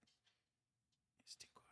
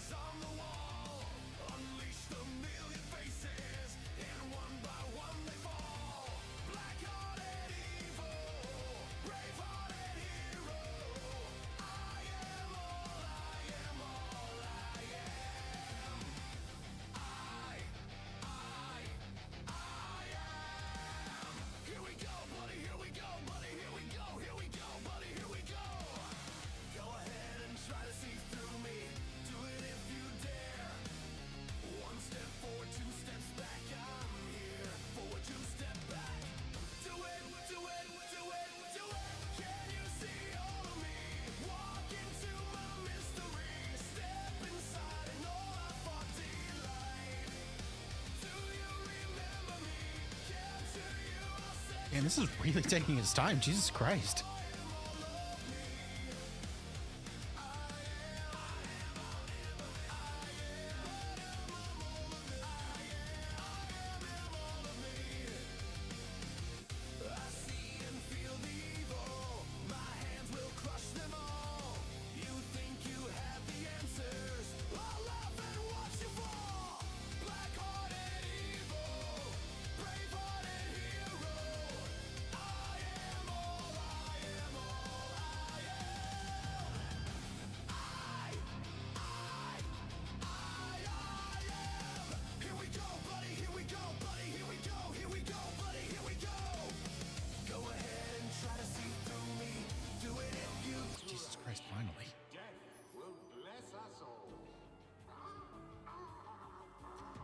Oh, also, every round has like a gimmick just for that game.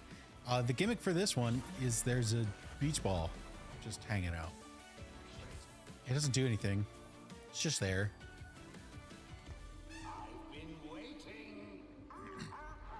So round one, we still get a free guy, but we don't have any shop or anything. Not yet.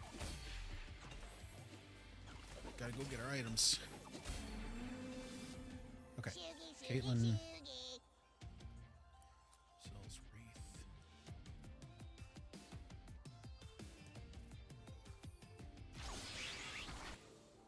Get my fruit. We're gonna put our magic tank up in the front line. We're gonna swap out Gnar with Katarina. We're actually gonna get him out of here. He's a luchador. Luchadors technically have a faction bonus, but it's like very small. It's not really worth it.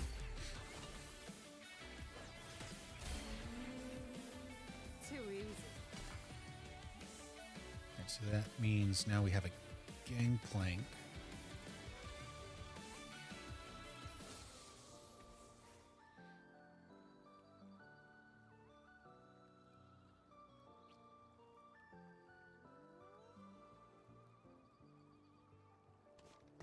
Gangplank, because he has the potential to give us extra gold.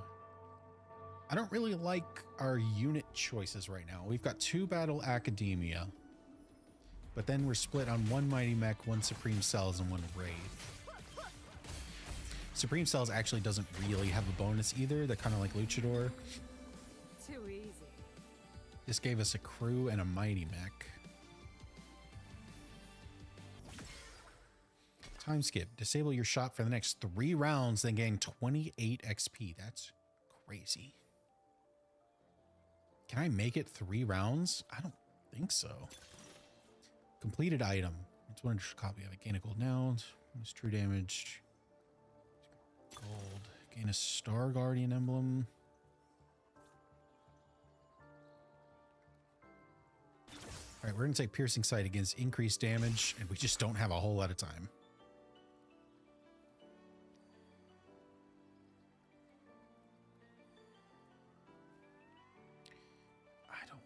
Feel like I need to buy anything. I guess I'll get these crew guys just in case.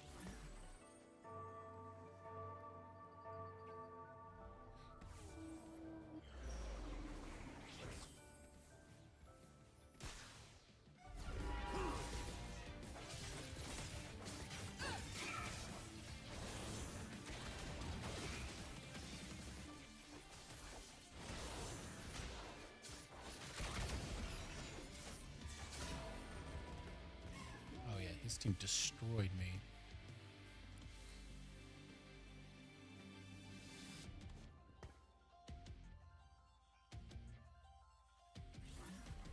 Quicksilver. I've never seen you.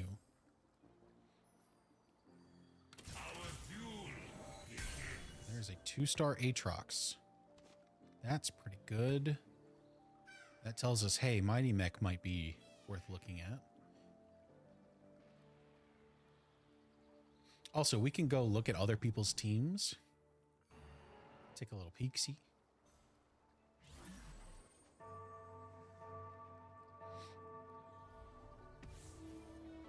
I'm gonna throw this cloak on my Aatrox, so he's got something. Ooh, he's also Mighty Mech. And he's doing it better, because he's got the mightiest mech.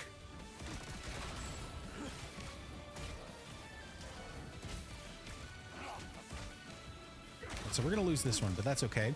In this game mode, you start at 100 life, and every time you lose a round, you take a bit of damage. It scales depending on how late the game has gone. So right now we're at 90. You can afford to lose a good handful of games. It's okay. And you don't want to lose, because if you go on a winning streak, you actually gain bonus gold, but it's okay. Oh, I guess you actually get gold in a lost streak too. I did not know that. Heads up.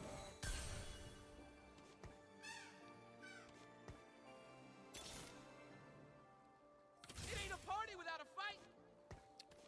We could level up our Battle Academia.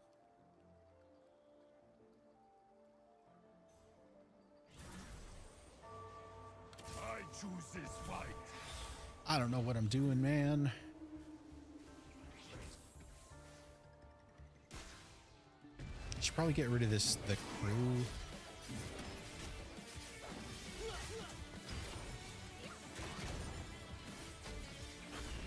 I need to use my snack buff. Power snacks. Probably use that on Aatrox because he's level 2 or 2-star. Oh, and they were clearly in Battle Academia. There is a shared pool of resources, so like the characters. This guy having so much Battle Academia means I will not get it. My chances of getting it are much lower. So I, knowing that, should probably pivot away from Battle Academia.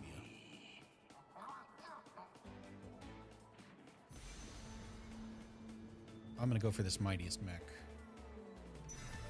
Take you.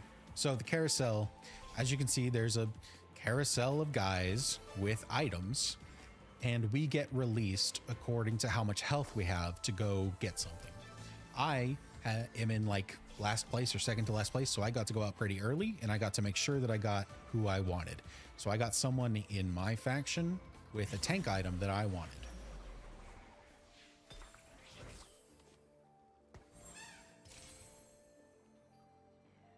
You are, yes. So we're gonna trade you out. Now we've got the Mightiest Mech on our team. That's pretty cool. Got another Aatrox.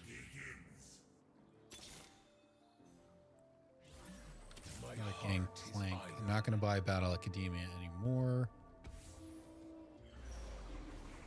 In fact, it's probably worth selling them now. 4, 6, 8. Yeah. Let's get up to the next breakpoint for bonus gold. How they try. Alright, so we just beat the person who is in last. They might have disconnected, or they're just kind of letting themselves go to last for some reason, because it didn't look like they actually had more than a couple units. Yeah, the carousel is interesting. It's a nice opportunity to get what you want, though. You know, you can get a unit you want, or you can get an item you want. And it is the most fair for the people who are losing. So overall, I think it does work. We don't have a ton of money, so I'm gonna stay where I'm at. Ooh, bug snack. Forgot about you. Heal. Healing. We'll give you healing. That's very important. Those snacks are very powerful. This opponent is not using a snack. They have an Aatrox. They've got like a bunch of random guys. So they don't have a strategy built out yet. What else we got going on here? Your Battle Academia. You're a bunch of random guys. You're a bunch of random guys.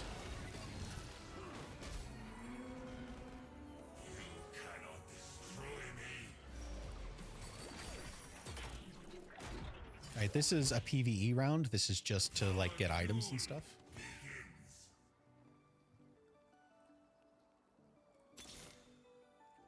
There's another Aatrox. It's pretty good.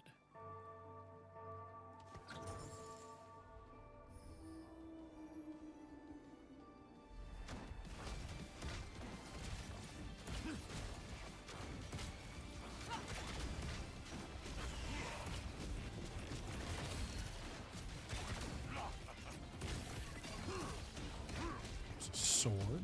Sword's good. You want a sword? Oh, you want a sword glove combo.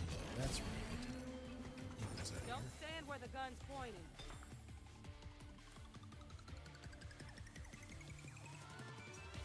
Combine sword glove. We give it to our 3-star Senna. What did I just get? Did I just get something useless? Cool, cool, cool, cool.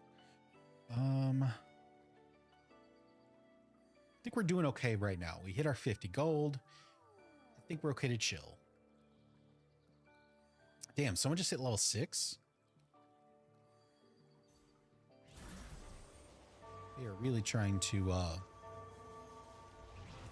get high tier units.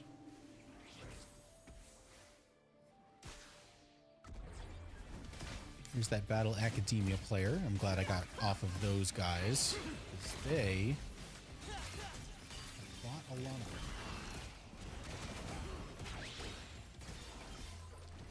them. Oh, I'm losing. Cool, cool, cool, cool, cool.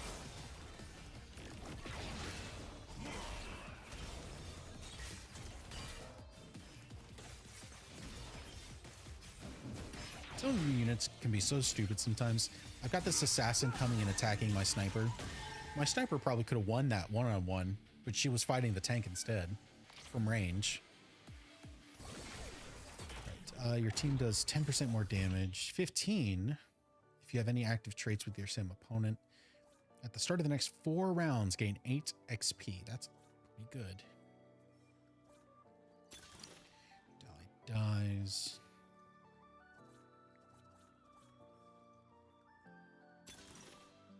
I'm gonna grow. I want XP.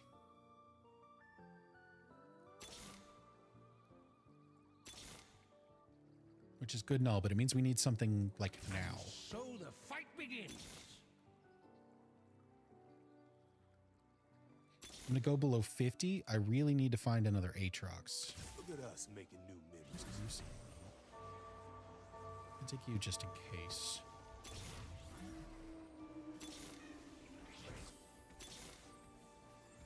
There's another Lucian who doesn't really do anything. Okay. Yeah, there's always so much happening. I cannot possibly understand it all. Which is why most of the times I just click on something and hit go. Because it's all I can do. Oh, we're losing this one. Do you have 2 2-stars, 3 2-stars in Mightiest Mech? We're fighting for the same guys. That's not good. And him having a 2-star Aatrox means I probably won't.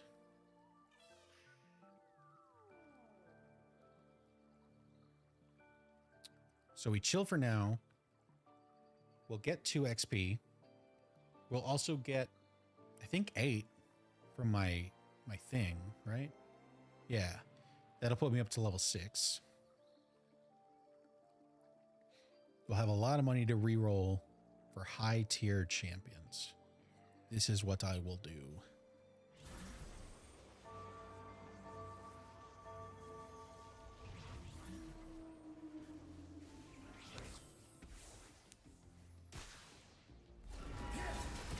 You have a bunch of randoms.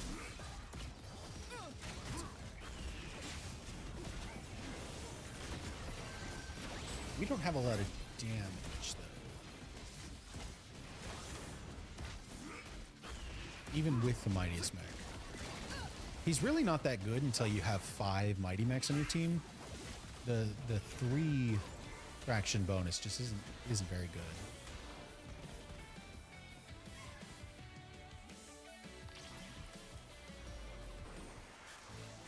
Back in the carousel.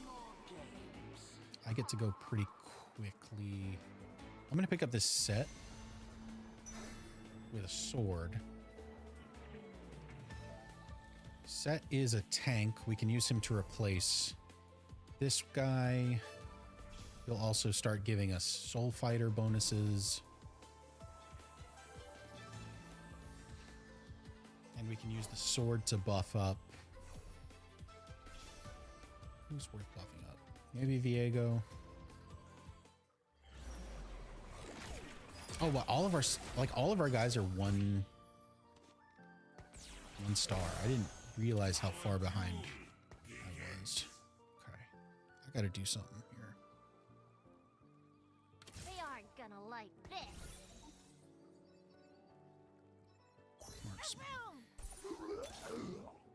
I've seen this character in this game and I've never picked her. Don't ask me what she does. I don't. I'm sorry. I saw a pop-up that was like, do you want a tank, a fighter, or a caster? And I picked the ranged one. Monster Trainer. Does not have any faction or anything. Oh, we fought the person in last though. I think they did DC. They're not doing anything.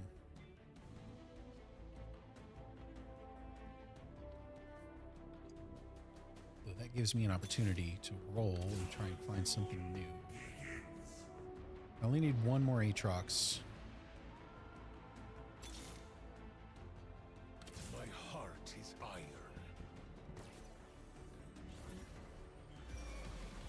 I'll hit him with everything. Okay, there's another snacks. I don't have like a good person to put it on. I guess it goes on Gangplank because he's 2-star. Checking a 5 projectiles at fire 5 enemies. Can attack speed. So he'll double it. Yeah, sure. Sure. I don't know, man. I don't miss. I feel like I'm not getting great stuff. And I'm sure it's me. I'm sure it's just me not being good enough. But sometimes I just don't know how to be better about it. Oh, we got melted in the middle there. Who are you? 2-star Rakan, 2-star Jaina, 2-star Zaya. We're definitely losing on stars. Like we've almost got a 3-star, but we only just got our second 2-star.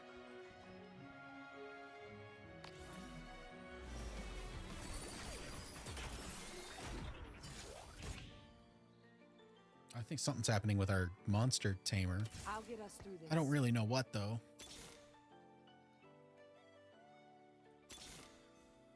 And so the fight begins.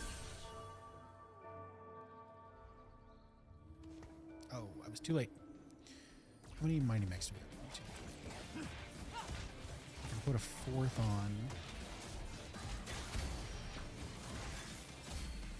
It's about time I gotta start being a little more aggressive. My heart is iron. Oh, we won. Oh, because those were mobs. Okay. Oh, crap. I need to go get my stuff.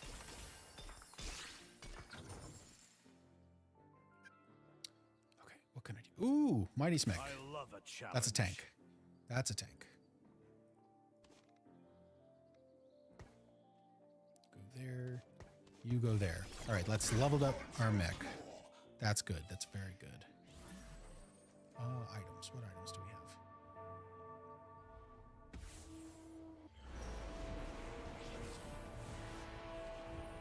Let's get a new tank item.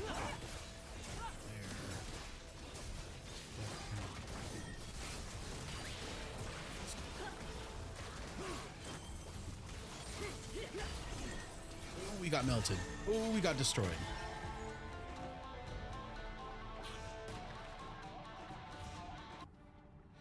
We are going to lose pretty badly. I think I'm going to get 7th.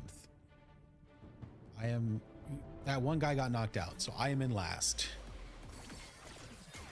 Ooh, gain a masterwork upgrade and a component anvil. Just one of fewer items. Get a copy of a random complete. Ooh, that's pretty good. Tactician's crown. 20% attack speed, attack damage, 30 ability power, buff blue puff, and champion duplicator. Oh god. I think I want this one because I want items. This is going to spread my items around.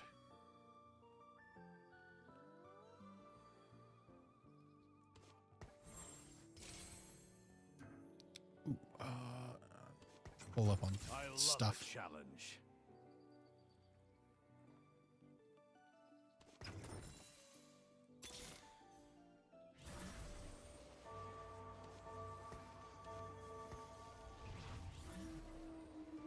I don't miss.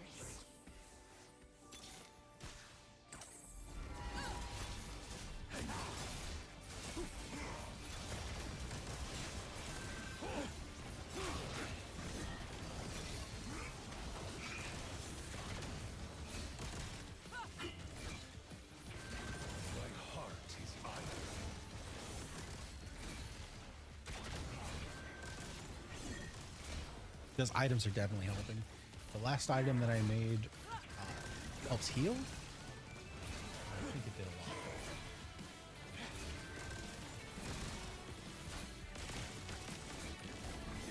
Okay. I think he's the guy in first. Oh, he was until I beat him. Let's get you out. Put an Ash in instead.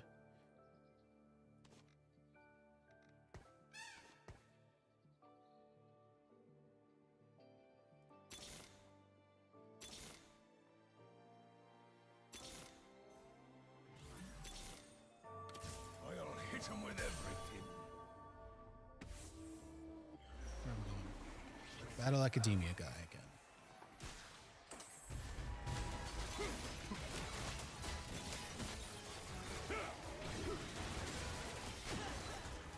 I need another Senna. I need another Aatrox. I need 3 Gangplanks. I need another Jarvan 4. I need another Ash.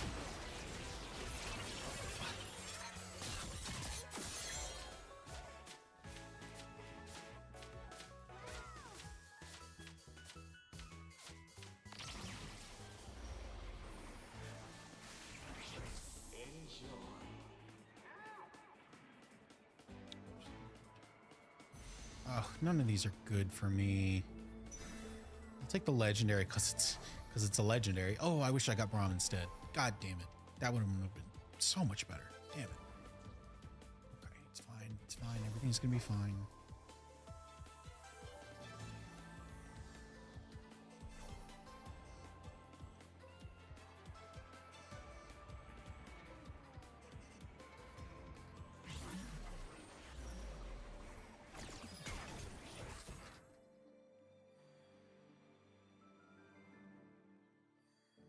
So we're actually going to level up here.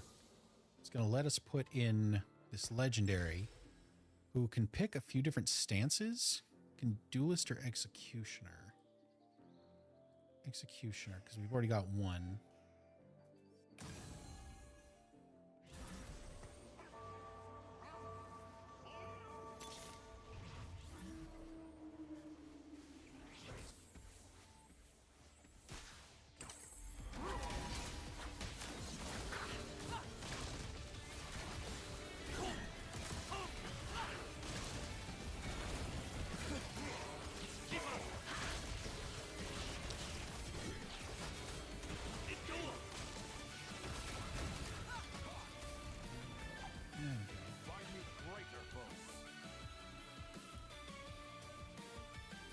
Speed.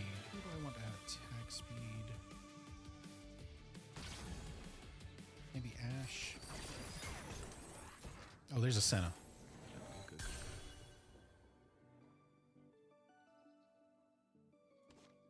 We're actually going to trade you. My heart is iron.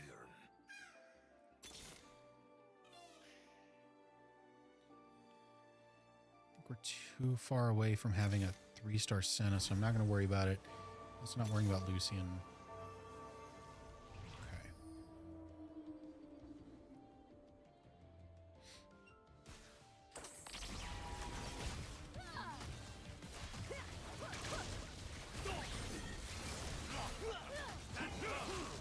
I don't think we're going to beat this character. What the hell was that? Who is Echo? Pulled from another universe by the Isekai augment. I've never seen this character. And they don't have a cost. Oh, you came out of an augment. So when a magical hero from another universe to fight for you. What?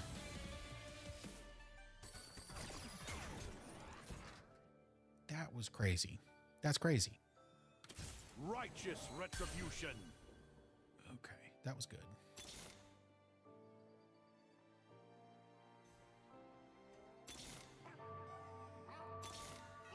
There's my Aatrox. Ooh. Ooh. All right. All right.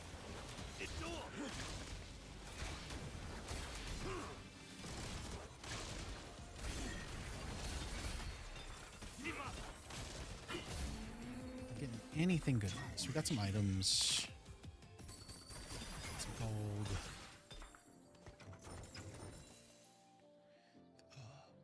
do we get? What do we get? What do we get? Those are okay. Those are okay. Those are okay.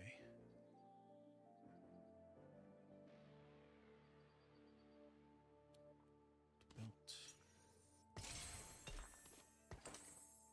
Sword. Does anyone want a sword? You give me some more things. What do you want? What do you want? What do you want? You want sword cape. You want sword cape.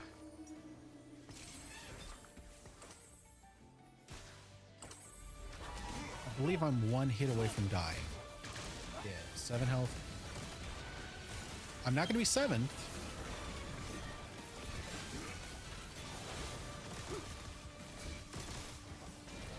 I love a challenge. I'm just not even watching. Can't. Oh, we lost. Oh, we lost. It's fine. It's fine. It was just a warm-up. It was just a warm-up. So now comes the hard part. Now we jump into ranked. I assume we start in iron, which is the lowest rank. Let's see where we go. I might get in. I'll get in a game. I might get in a second, depending on how quickly I lose. And I don't know if going into ranked is normal or not for this game. So I don't know if ranked opponents are easier or harder than just going into normal. I have no idea. We're just going to try it. We're going to figure it out. Ooh, the wait time is higher. On normal mode, I've never had a wait time over a minute. So being a minute and a half is not a good sign. It means less people are doing it, which means it's probably going to be harder.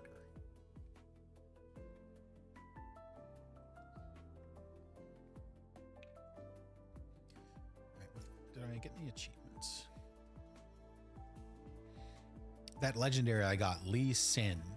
He has 3 different stances he can take, and I need to win 1 match under all 3 stances. Now I just need Duelist. I've almost had my Mighty Mech deal 100,000 damage. I've won 8 games. Winning doesn't count as getting first. Winning only counts as getting 4th or higher. It's my understanding. So 8, it's not bad. I've probably only played like 15 games. I think I'm positive.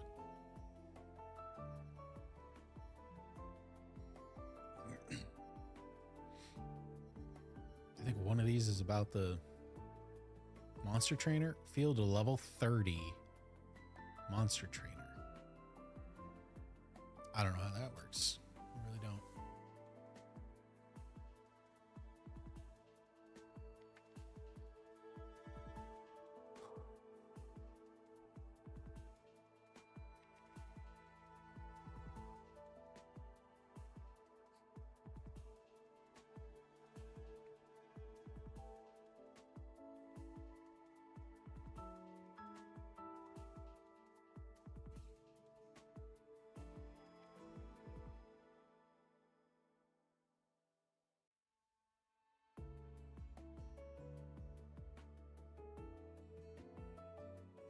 You know what? I don't think I ever changed my category.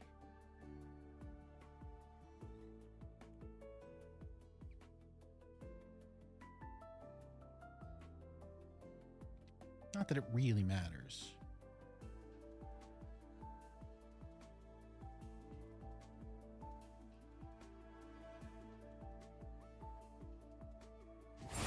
Oh, okay.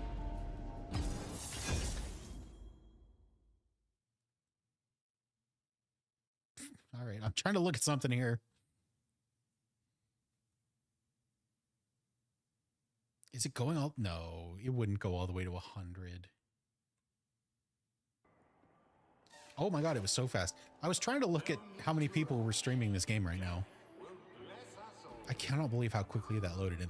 The second Power Snacks is given at 2.6 instead of 3.6. Okay, so the power spike is going to be much sooner.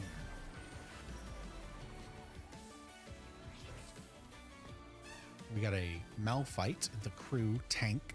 I love getting a tank for this first round.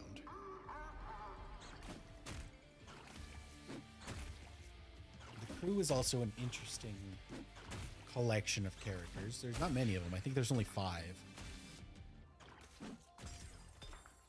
They really want you to get 3 stars for each one, though, and as you saw last game, it's not very easy.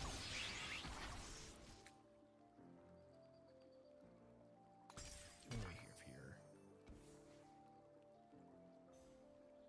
I'm gonna buy these 2 Zacks because they're wraiths.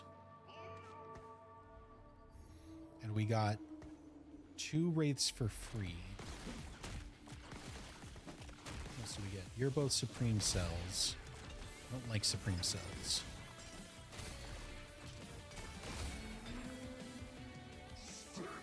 We got another The Crew.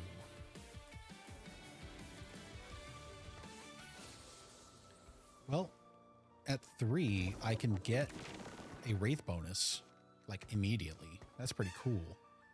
Oh, but we also got a 2-star The Crew. Oh, crap. Well, then we're doing that. And we got snipers. We got 2 snipers and 2 crews. That's really good. That's really good.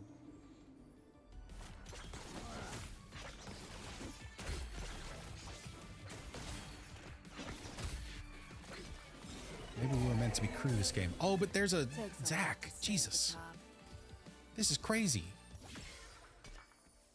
For every 8 damage you deal to enemy tacticians, gives you 2 gold. Champions health, attack. Your win streak to 4 and gain 4 gold. Absolutely not. 10 seconds of combat, 40% health. Isolated pairs, run star items, adventure randomized. All right. Every 10 seconds, we're going to get some extra health, I guess. 2 more Zacks? That's insane. Oh, but there's another Malphite.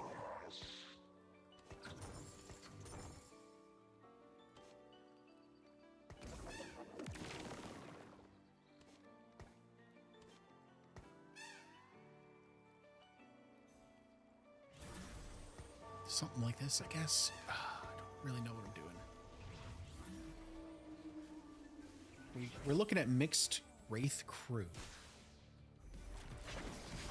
which is not a terrible place to be.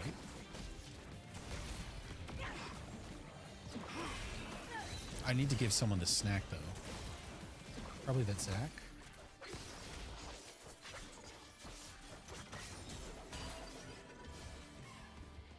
Yeah, we lost. That's okay, though. It's still early.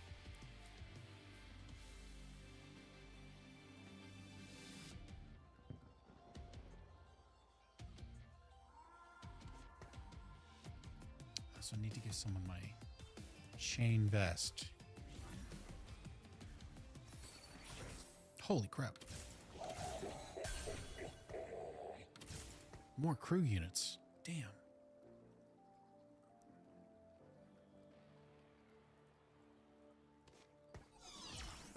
I mean, I guess we're doing that for now. I don't know. Gain armor, physical damage attack alone, gain health. Yeah. Gain health and an armor vest. Sell you.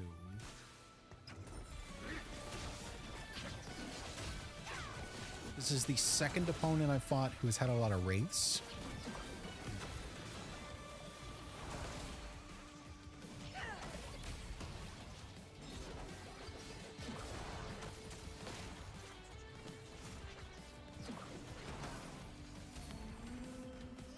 Takes a lot to stay at the top. So for having a bunch of the crew, I get increased health and attack speed. If if I went Wraiths instead, I would have increased damage.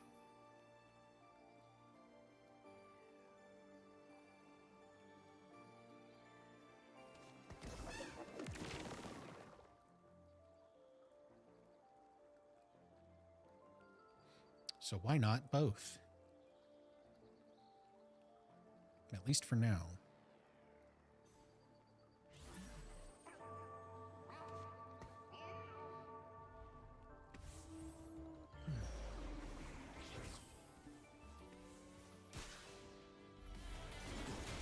Oh, he's already got a Viego?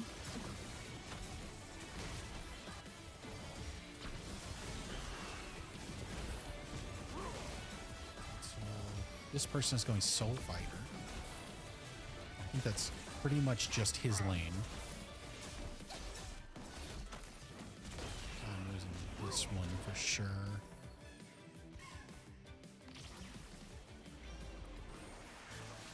Takes us to the carousel. I think I need tank items.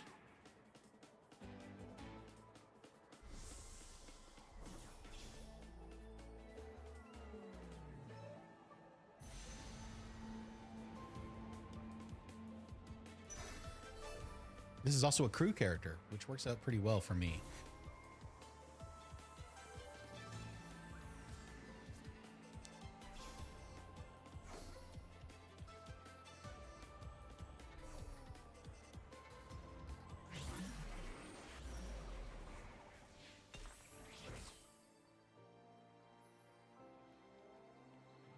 What do you give with Sunfire Cape? It's not bad.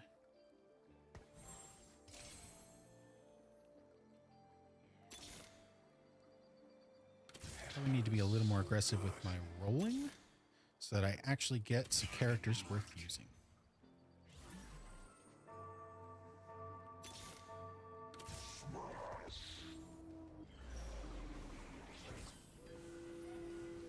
Oh crap, I want these wraiths, but I can't space them.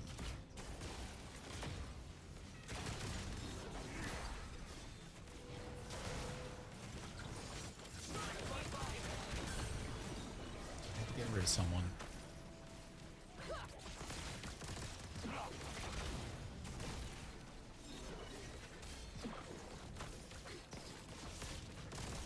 Getting 2 copies of Shen, who is crew, kind of pushes me further in that direction. Oh, there's another Malphite. Yeah, we're getting pushed into the crew.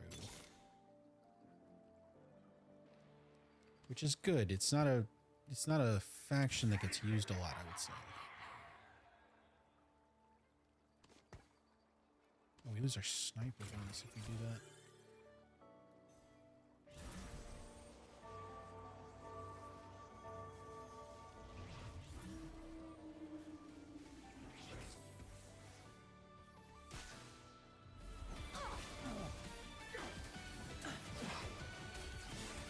Probably want to level up after this round.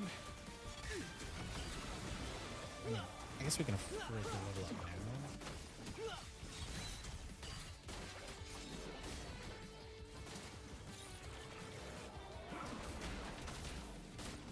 Oh damn, that Caitlyn just obliterated my guy. Are you a 2-star? No, 1-star. We've got a good chance. Ooh, ooh, ooh, 5. You had 5. Damn. Another fight, another fee.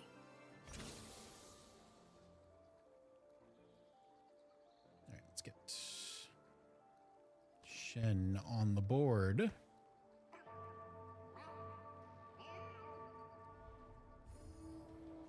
That's crazy.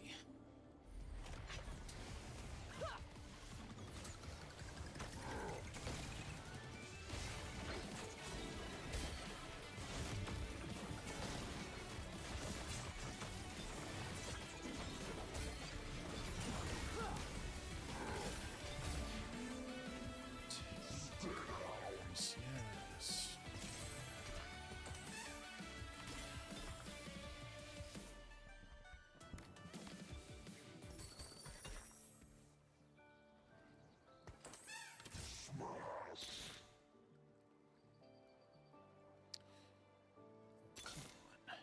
me something.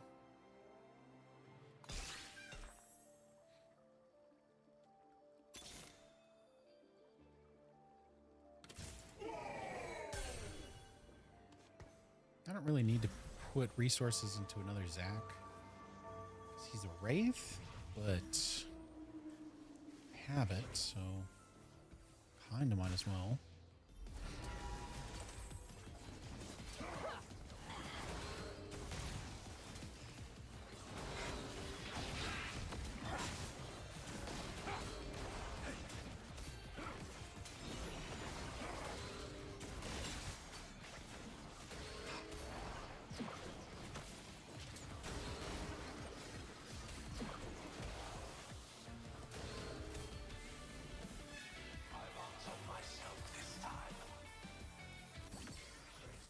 Explosive growth again. Sunfire board. Pandora's items 2.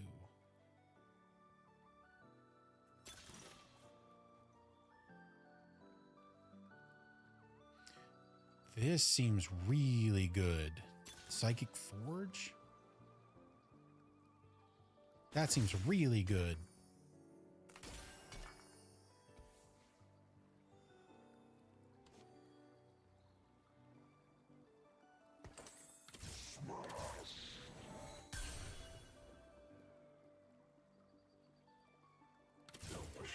What are we doing? What are we doing here?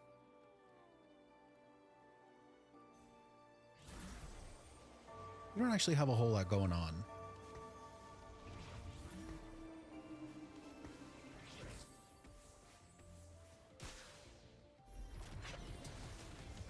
Oh, they're doing the same thing we're doing. Ooh. How rude. Oh, and he's got my Malphite. I need one more Malphite.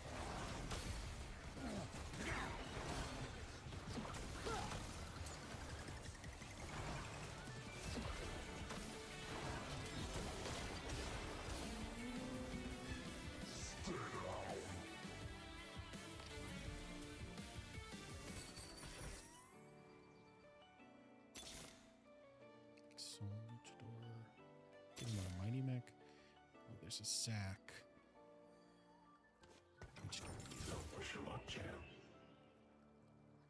And then if I trade you, these are sniper bonus.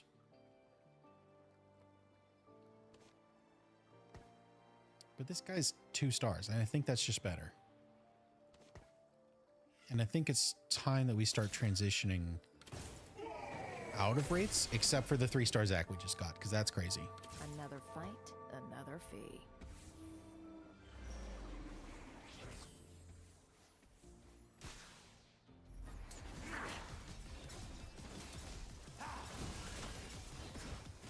Okay, we need 2 more Sivirs and 1 more Malphite.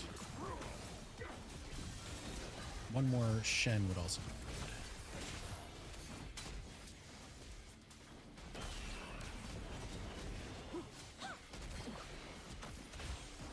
So, Psychic Forge, round start, completed items. Unbenched units. Oh, unbenched units! Oh, crap. I misread how that ability works. That's quite bad for me. Do I want any of you?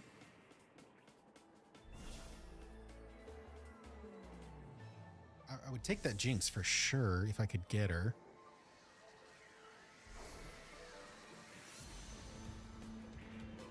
Oh, I got her. Hell yeah. With the belt. I wonder if I can afford to put that Malphite on my bench.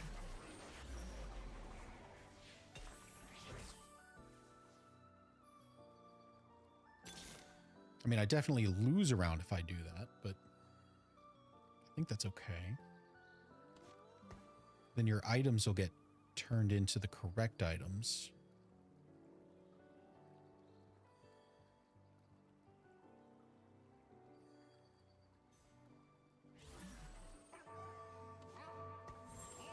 I'm also going to do that with you. So we're gonna say we lose this round, and that's okay. it should upgrade our items.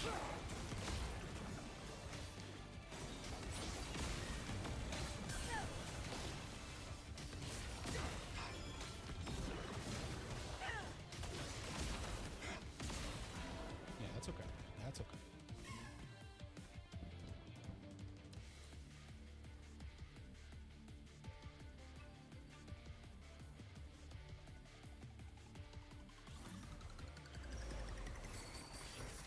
Where's that last Malphite?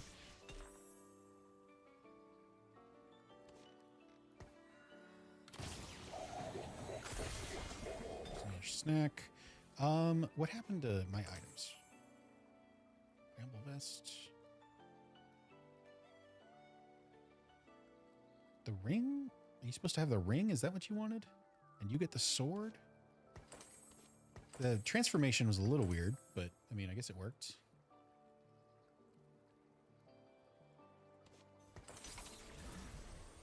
Training dummy, get armor, deal damage to nearby enemies, gain permanent health when they die. Armor, I guess. Oh, I haven't put this Jinx into play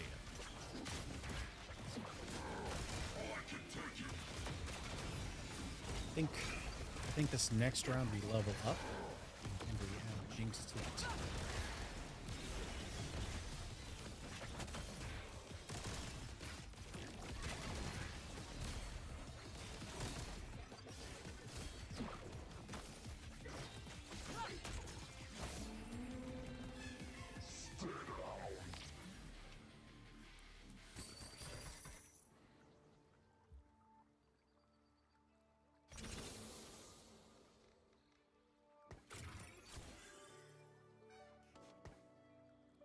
I think the wolves jump to the back line, so we're trading you guys real quick.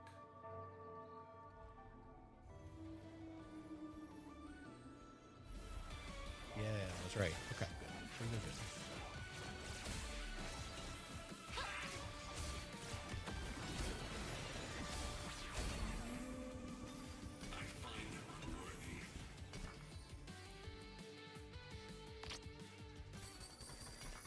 Hand of Justice, Last Whisper, Jeweled Gauntlet. Do you want Jeweled Gauntlet?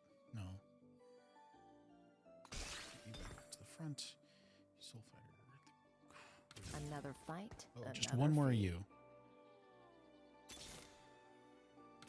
Perfect. Get you out here. Items. What items do you guys want? Gauntlet. Sword magic. Sword gauntlet. Don't have any of this that you guys want. You're a tank.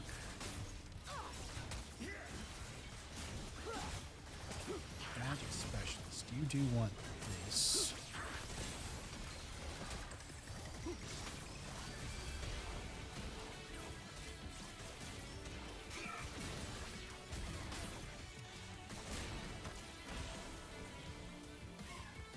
Is this the person who's winning? Is he still at 100? Jesus Christ. He's got all the soul fighters. That's insane.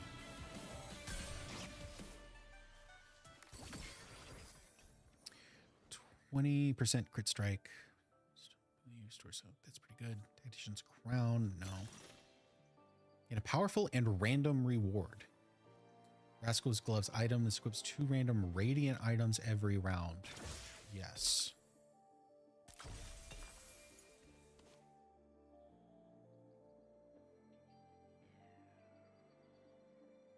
We'll put that on Zach. It's random.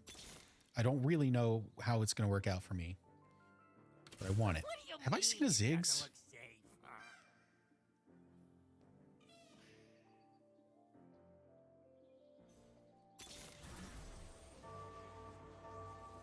Supreme Cell's Executioner. I don't think I want that. Ooh, ooh, ooh. God dang, if I'd just gotten her just a little bit sooner, this round would go completely differently.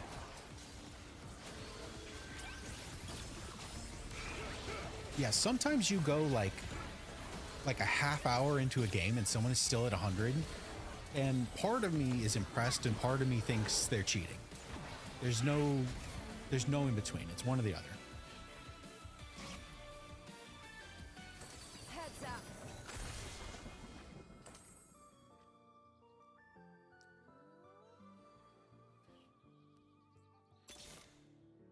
Wraith. I keep seeing wraiths. Don't really need wraith though. We get one free reroll now every turn.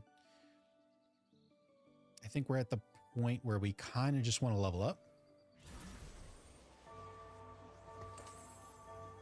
We want to be more powerful.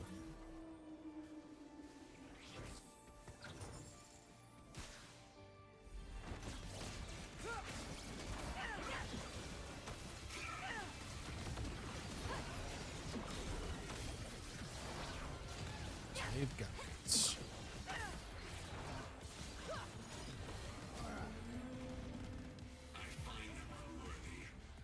I think that was the last place player.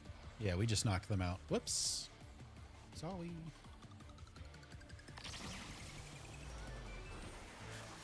How would you cheat in a game like this? I mean, I can't say for sure, but I imagine it involves like a program that, I don't know, gives you things you're not supposed to have. It's the best I can think of. I want this Braum. I want this Braum. Got him.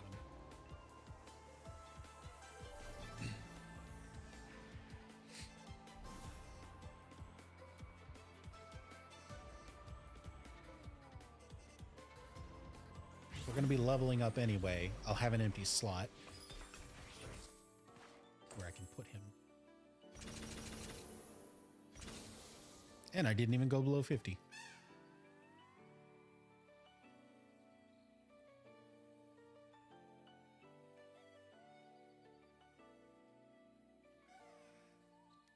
Although if I keep you here for a turn, I can give you a good item. So let's do that. Oh, I get one free reroll.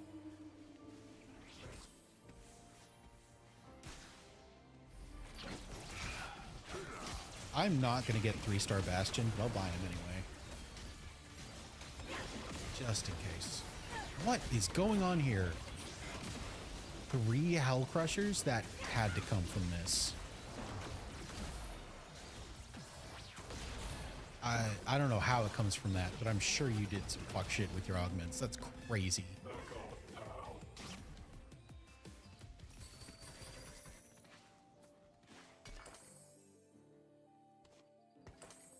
Just trade you. You want to be in the front, yeah? Not all the way. Nice. Let's actually put you over here. Battle Academia. I'd rather find more Jinxes since I've already got one, honestly.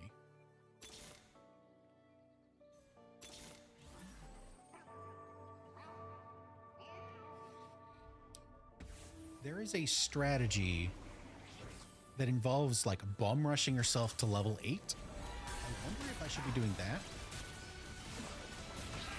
Something about the odds of getting the units that you need is better at level 8. I don't know. Maybe best value for your money. Something like that. Ooh. Ooh, we're losing. Ooh, no. Ooh, I don't like that. No. Oh. That's not good. Oh, you're the guy in first.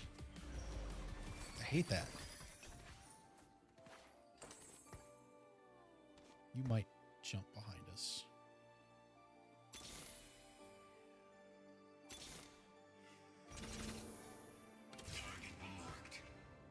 I think I bought one too many, so we sell you.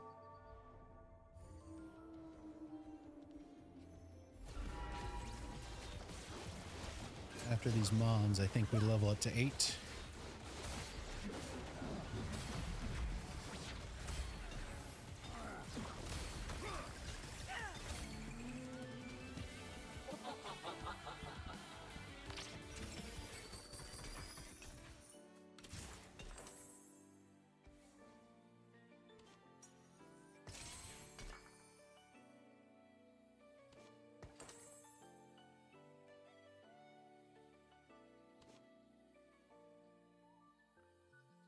Would hold. Oh, Shen would hold this really well. Get out of here. Get out of here.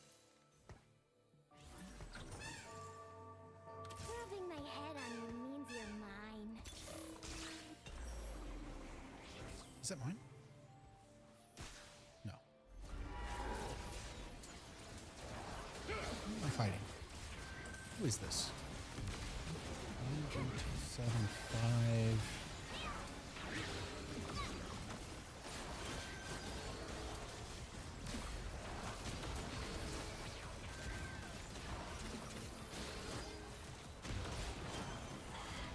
Oh, he won. Oh, I thought I had that, actually. No. Oops. Oh, I had my tank in the back. Oh, I'm so stupid.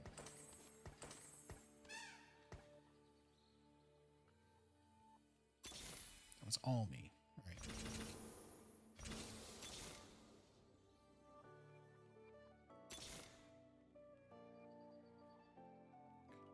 Sorcerer, strategist. What do I need? Do I need another tank? I don't think so. I think I need damage.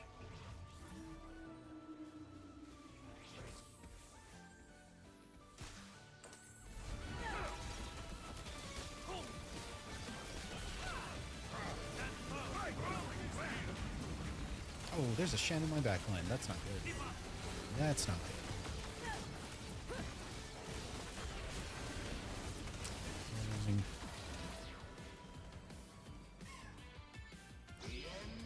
Okay, we did hit top 4 though. To my understanding, that counts as a win.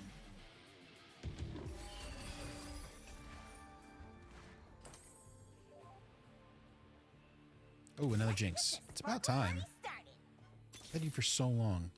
There's you. Magic Caster. I mean, you're better than Yuumi for me.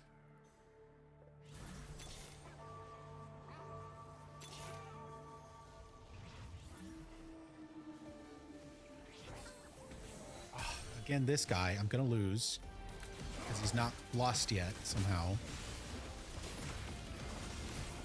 What did you get? Every enemies have a 25% chance to drop loot when killed? That's crazy. And then if you are holding an item, you get buffs? Wait, I beat him. Oh my god, I beat him. Oh, he does bleed. He bleeds. Okay, now immediately give me this Braum. Yes. All right, it's 2 out of 3 Brahms. I think that's an item he can hold, which he probably doesn't need to because I think he's already got one. What is this called? A Gwen. Good. Oh, it's Titan's Resolve. It's a tank item. Attack, you're taking damage. Oh, when attacking or taking damage. I'm going to give that to Braum anyway. There's another sniper Jinx. I got your starlight right here. My pain, my power. I'm gonna buy this legendary just because it's here. I might be able to play it at some point. Who is this? Ocean Dowsey. So this is the new winning player. He has also beat me. If I lose this game, I think I lose. I don't know. I dealt 15 damage to him. If I take 15 damage, I don't lose. But let's see. Oh, I did lose this though. Ooh. I got one more in me.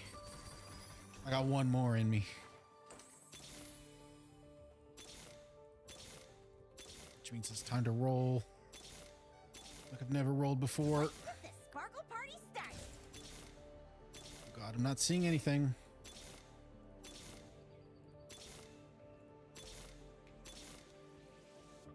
My pain, my power. Really? I went through 50 gold and I barely saw anything. And I fought I'm fighting the same guy again. The guy that just beat me, I'm fighting him again. That's crazy. It's messed up, honestly, is what it is. Yeah, of course I lost. I just lost to you. That pisses me off. That does.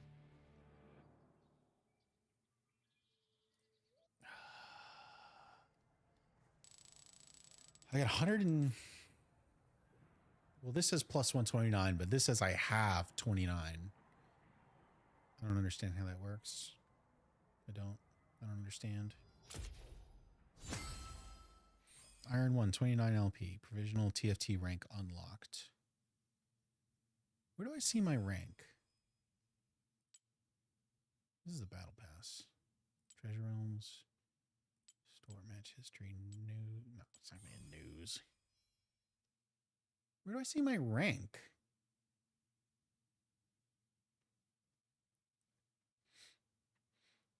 Why would they double down in that matchup? Because there were 3 people left. If you noticed, I had a longer than average shop timer. Most likely what happened is that I lost to that guy.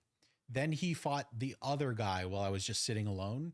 And then it goes back to me and it's just random which one I fight, and I lost the coin flip is honestly what probably happened.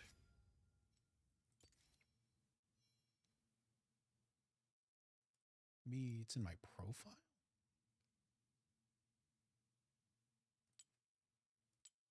Ranked. Tacticians. Victories 1. Points 29. Brown.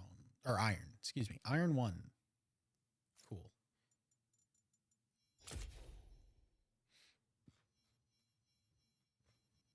And it did count as a win in my dailies.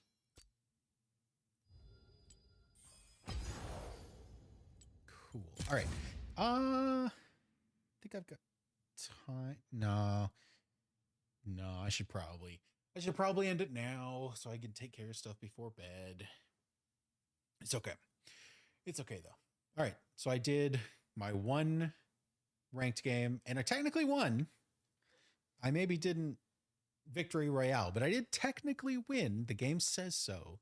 And I'm now positive on LP, which I think is a pretty cool start. So next time I'll play some more and get that rank up, see what rank I can get to. I'm glad that you gained positive rank on 4th place and up, because I don't know how often I can win, right? But like I can get 4th pretty regularly. I think I've done it more often than I haven't, by a lot, actually. Like at least 2/3 of my games are 4th and up. Probably even 3/4 of my games are 4th and up. So, I mean, obviously they're going to get harder, but the point is that feels better than getting 1st. So that's cool. All right. I think that was a good, productive look at TFT.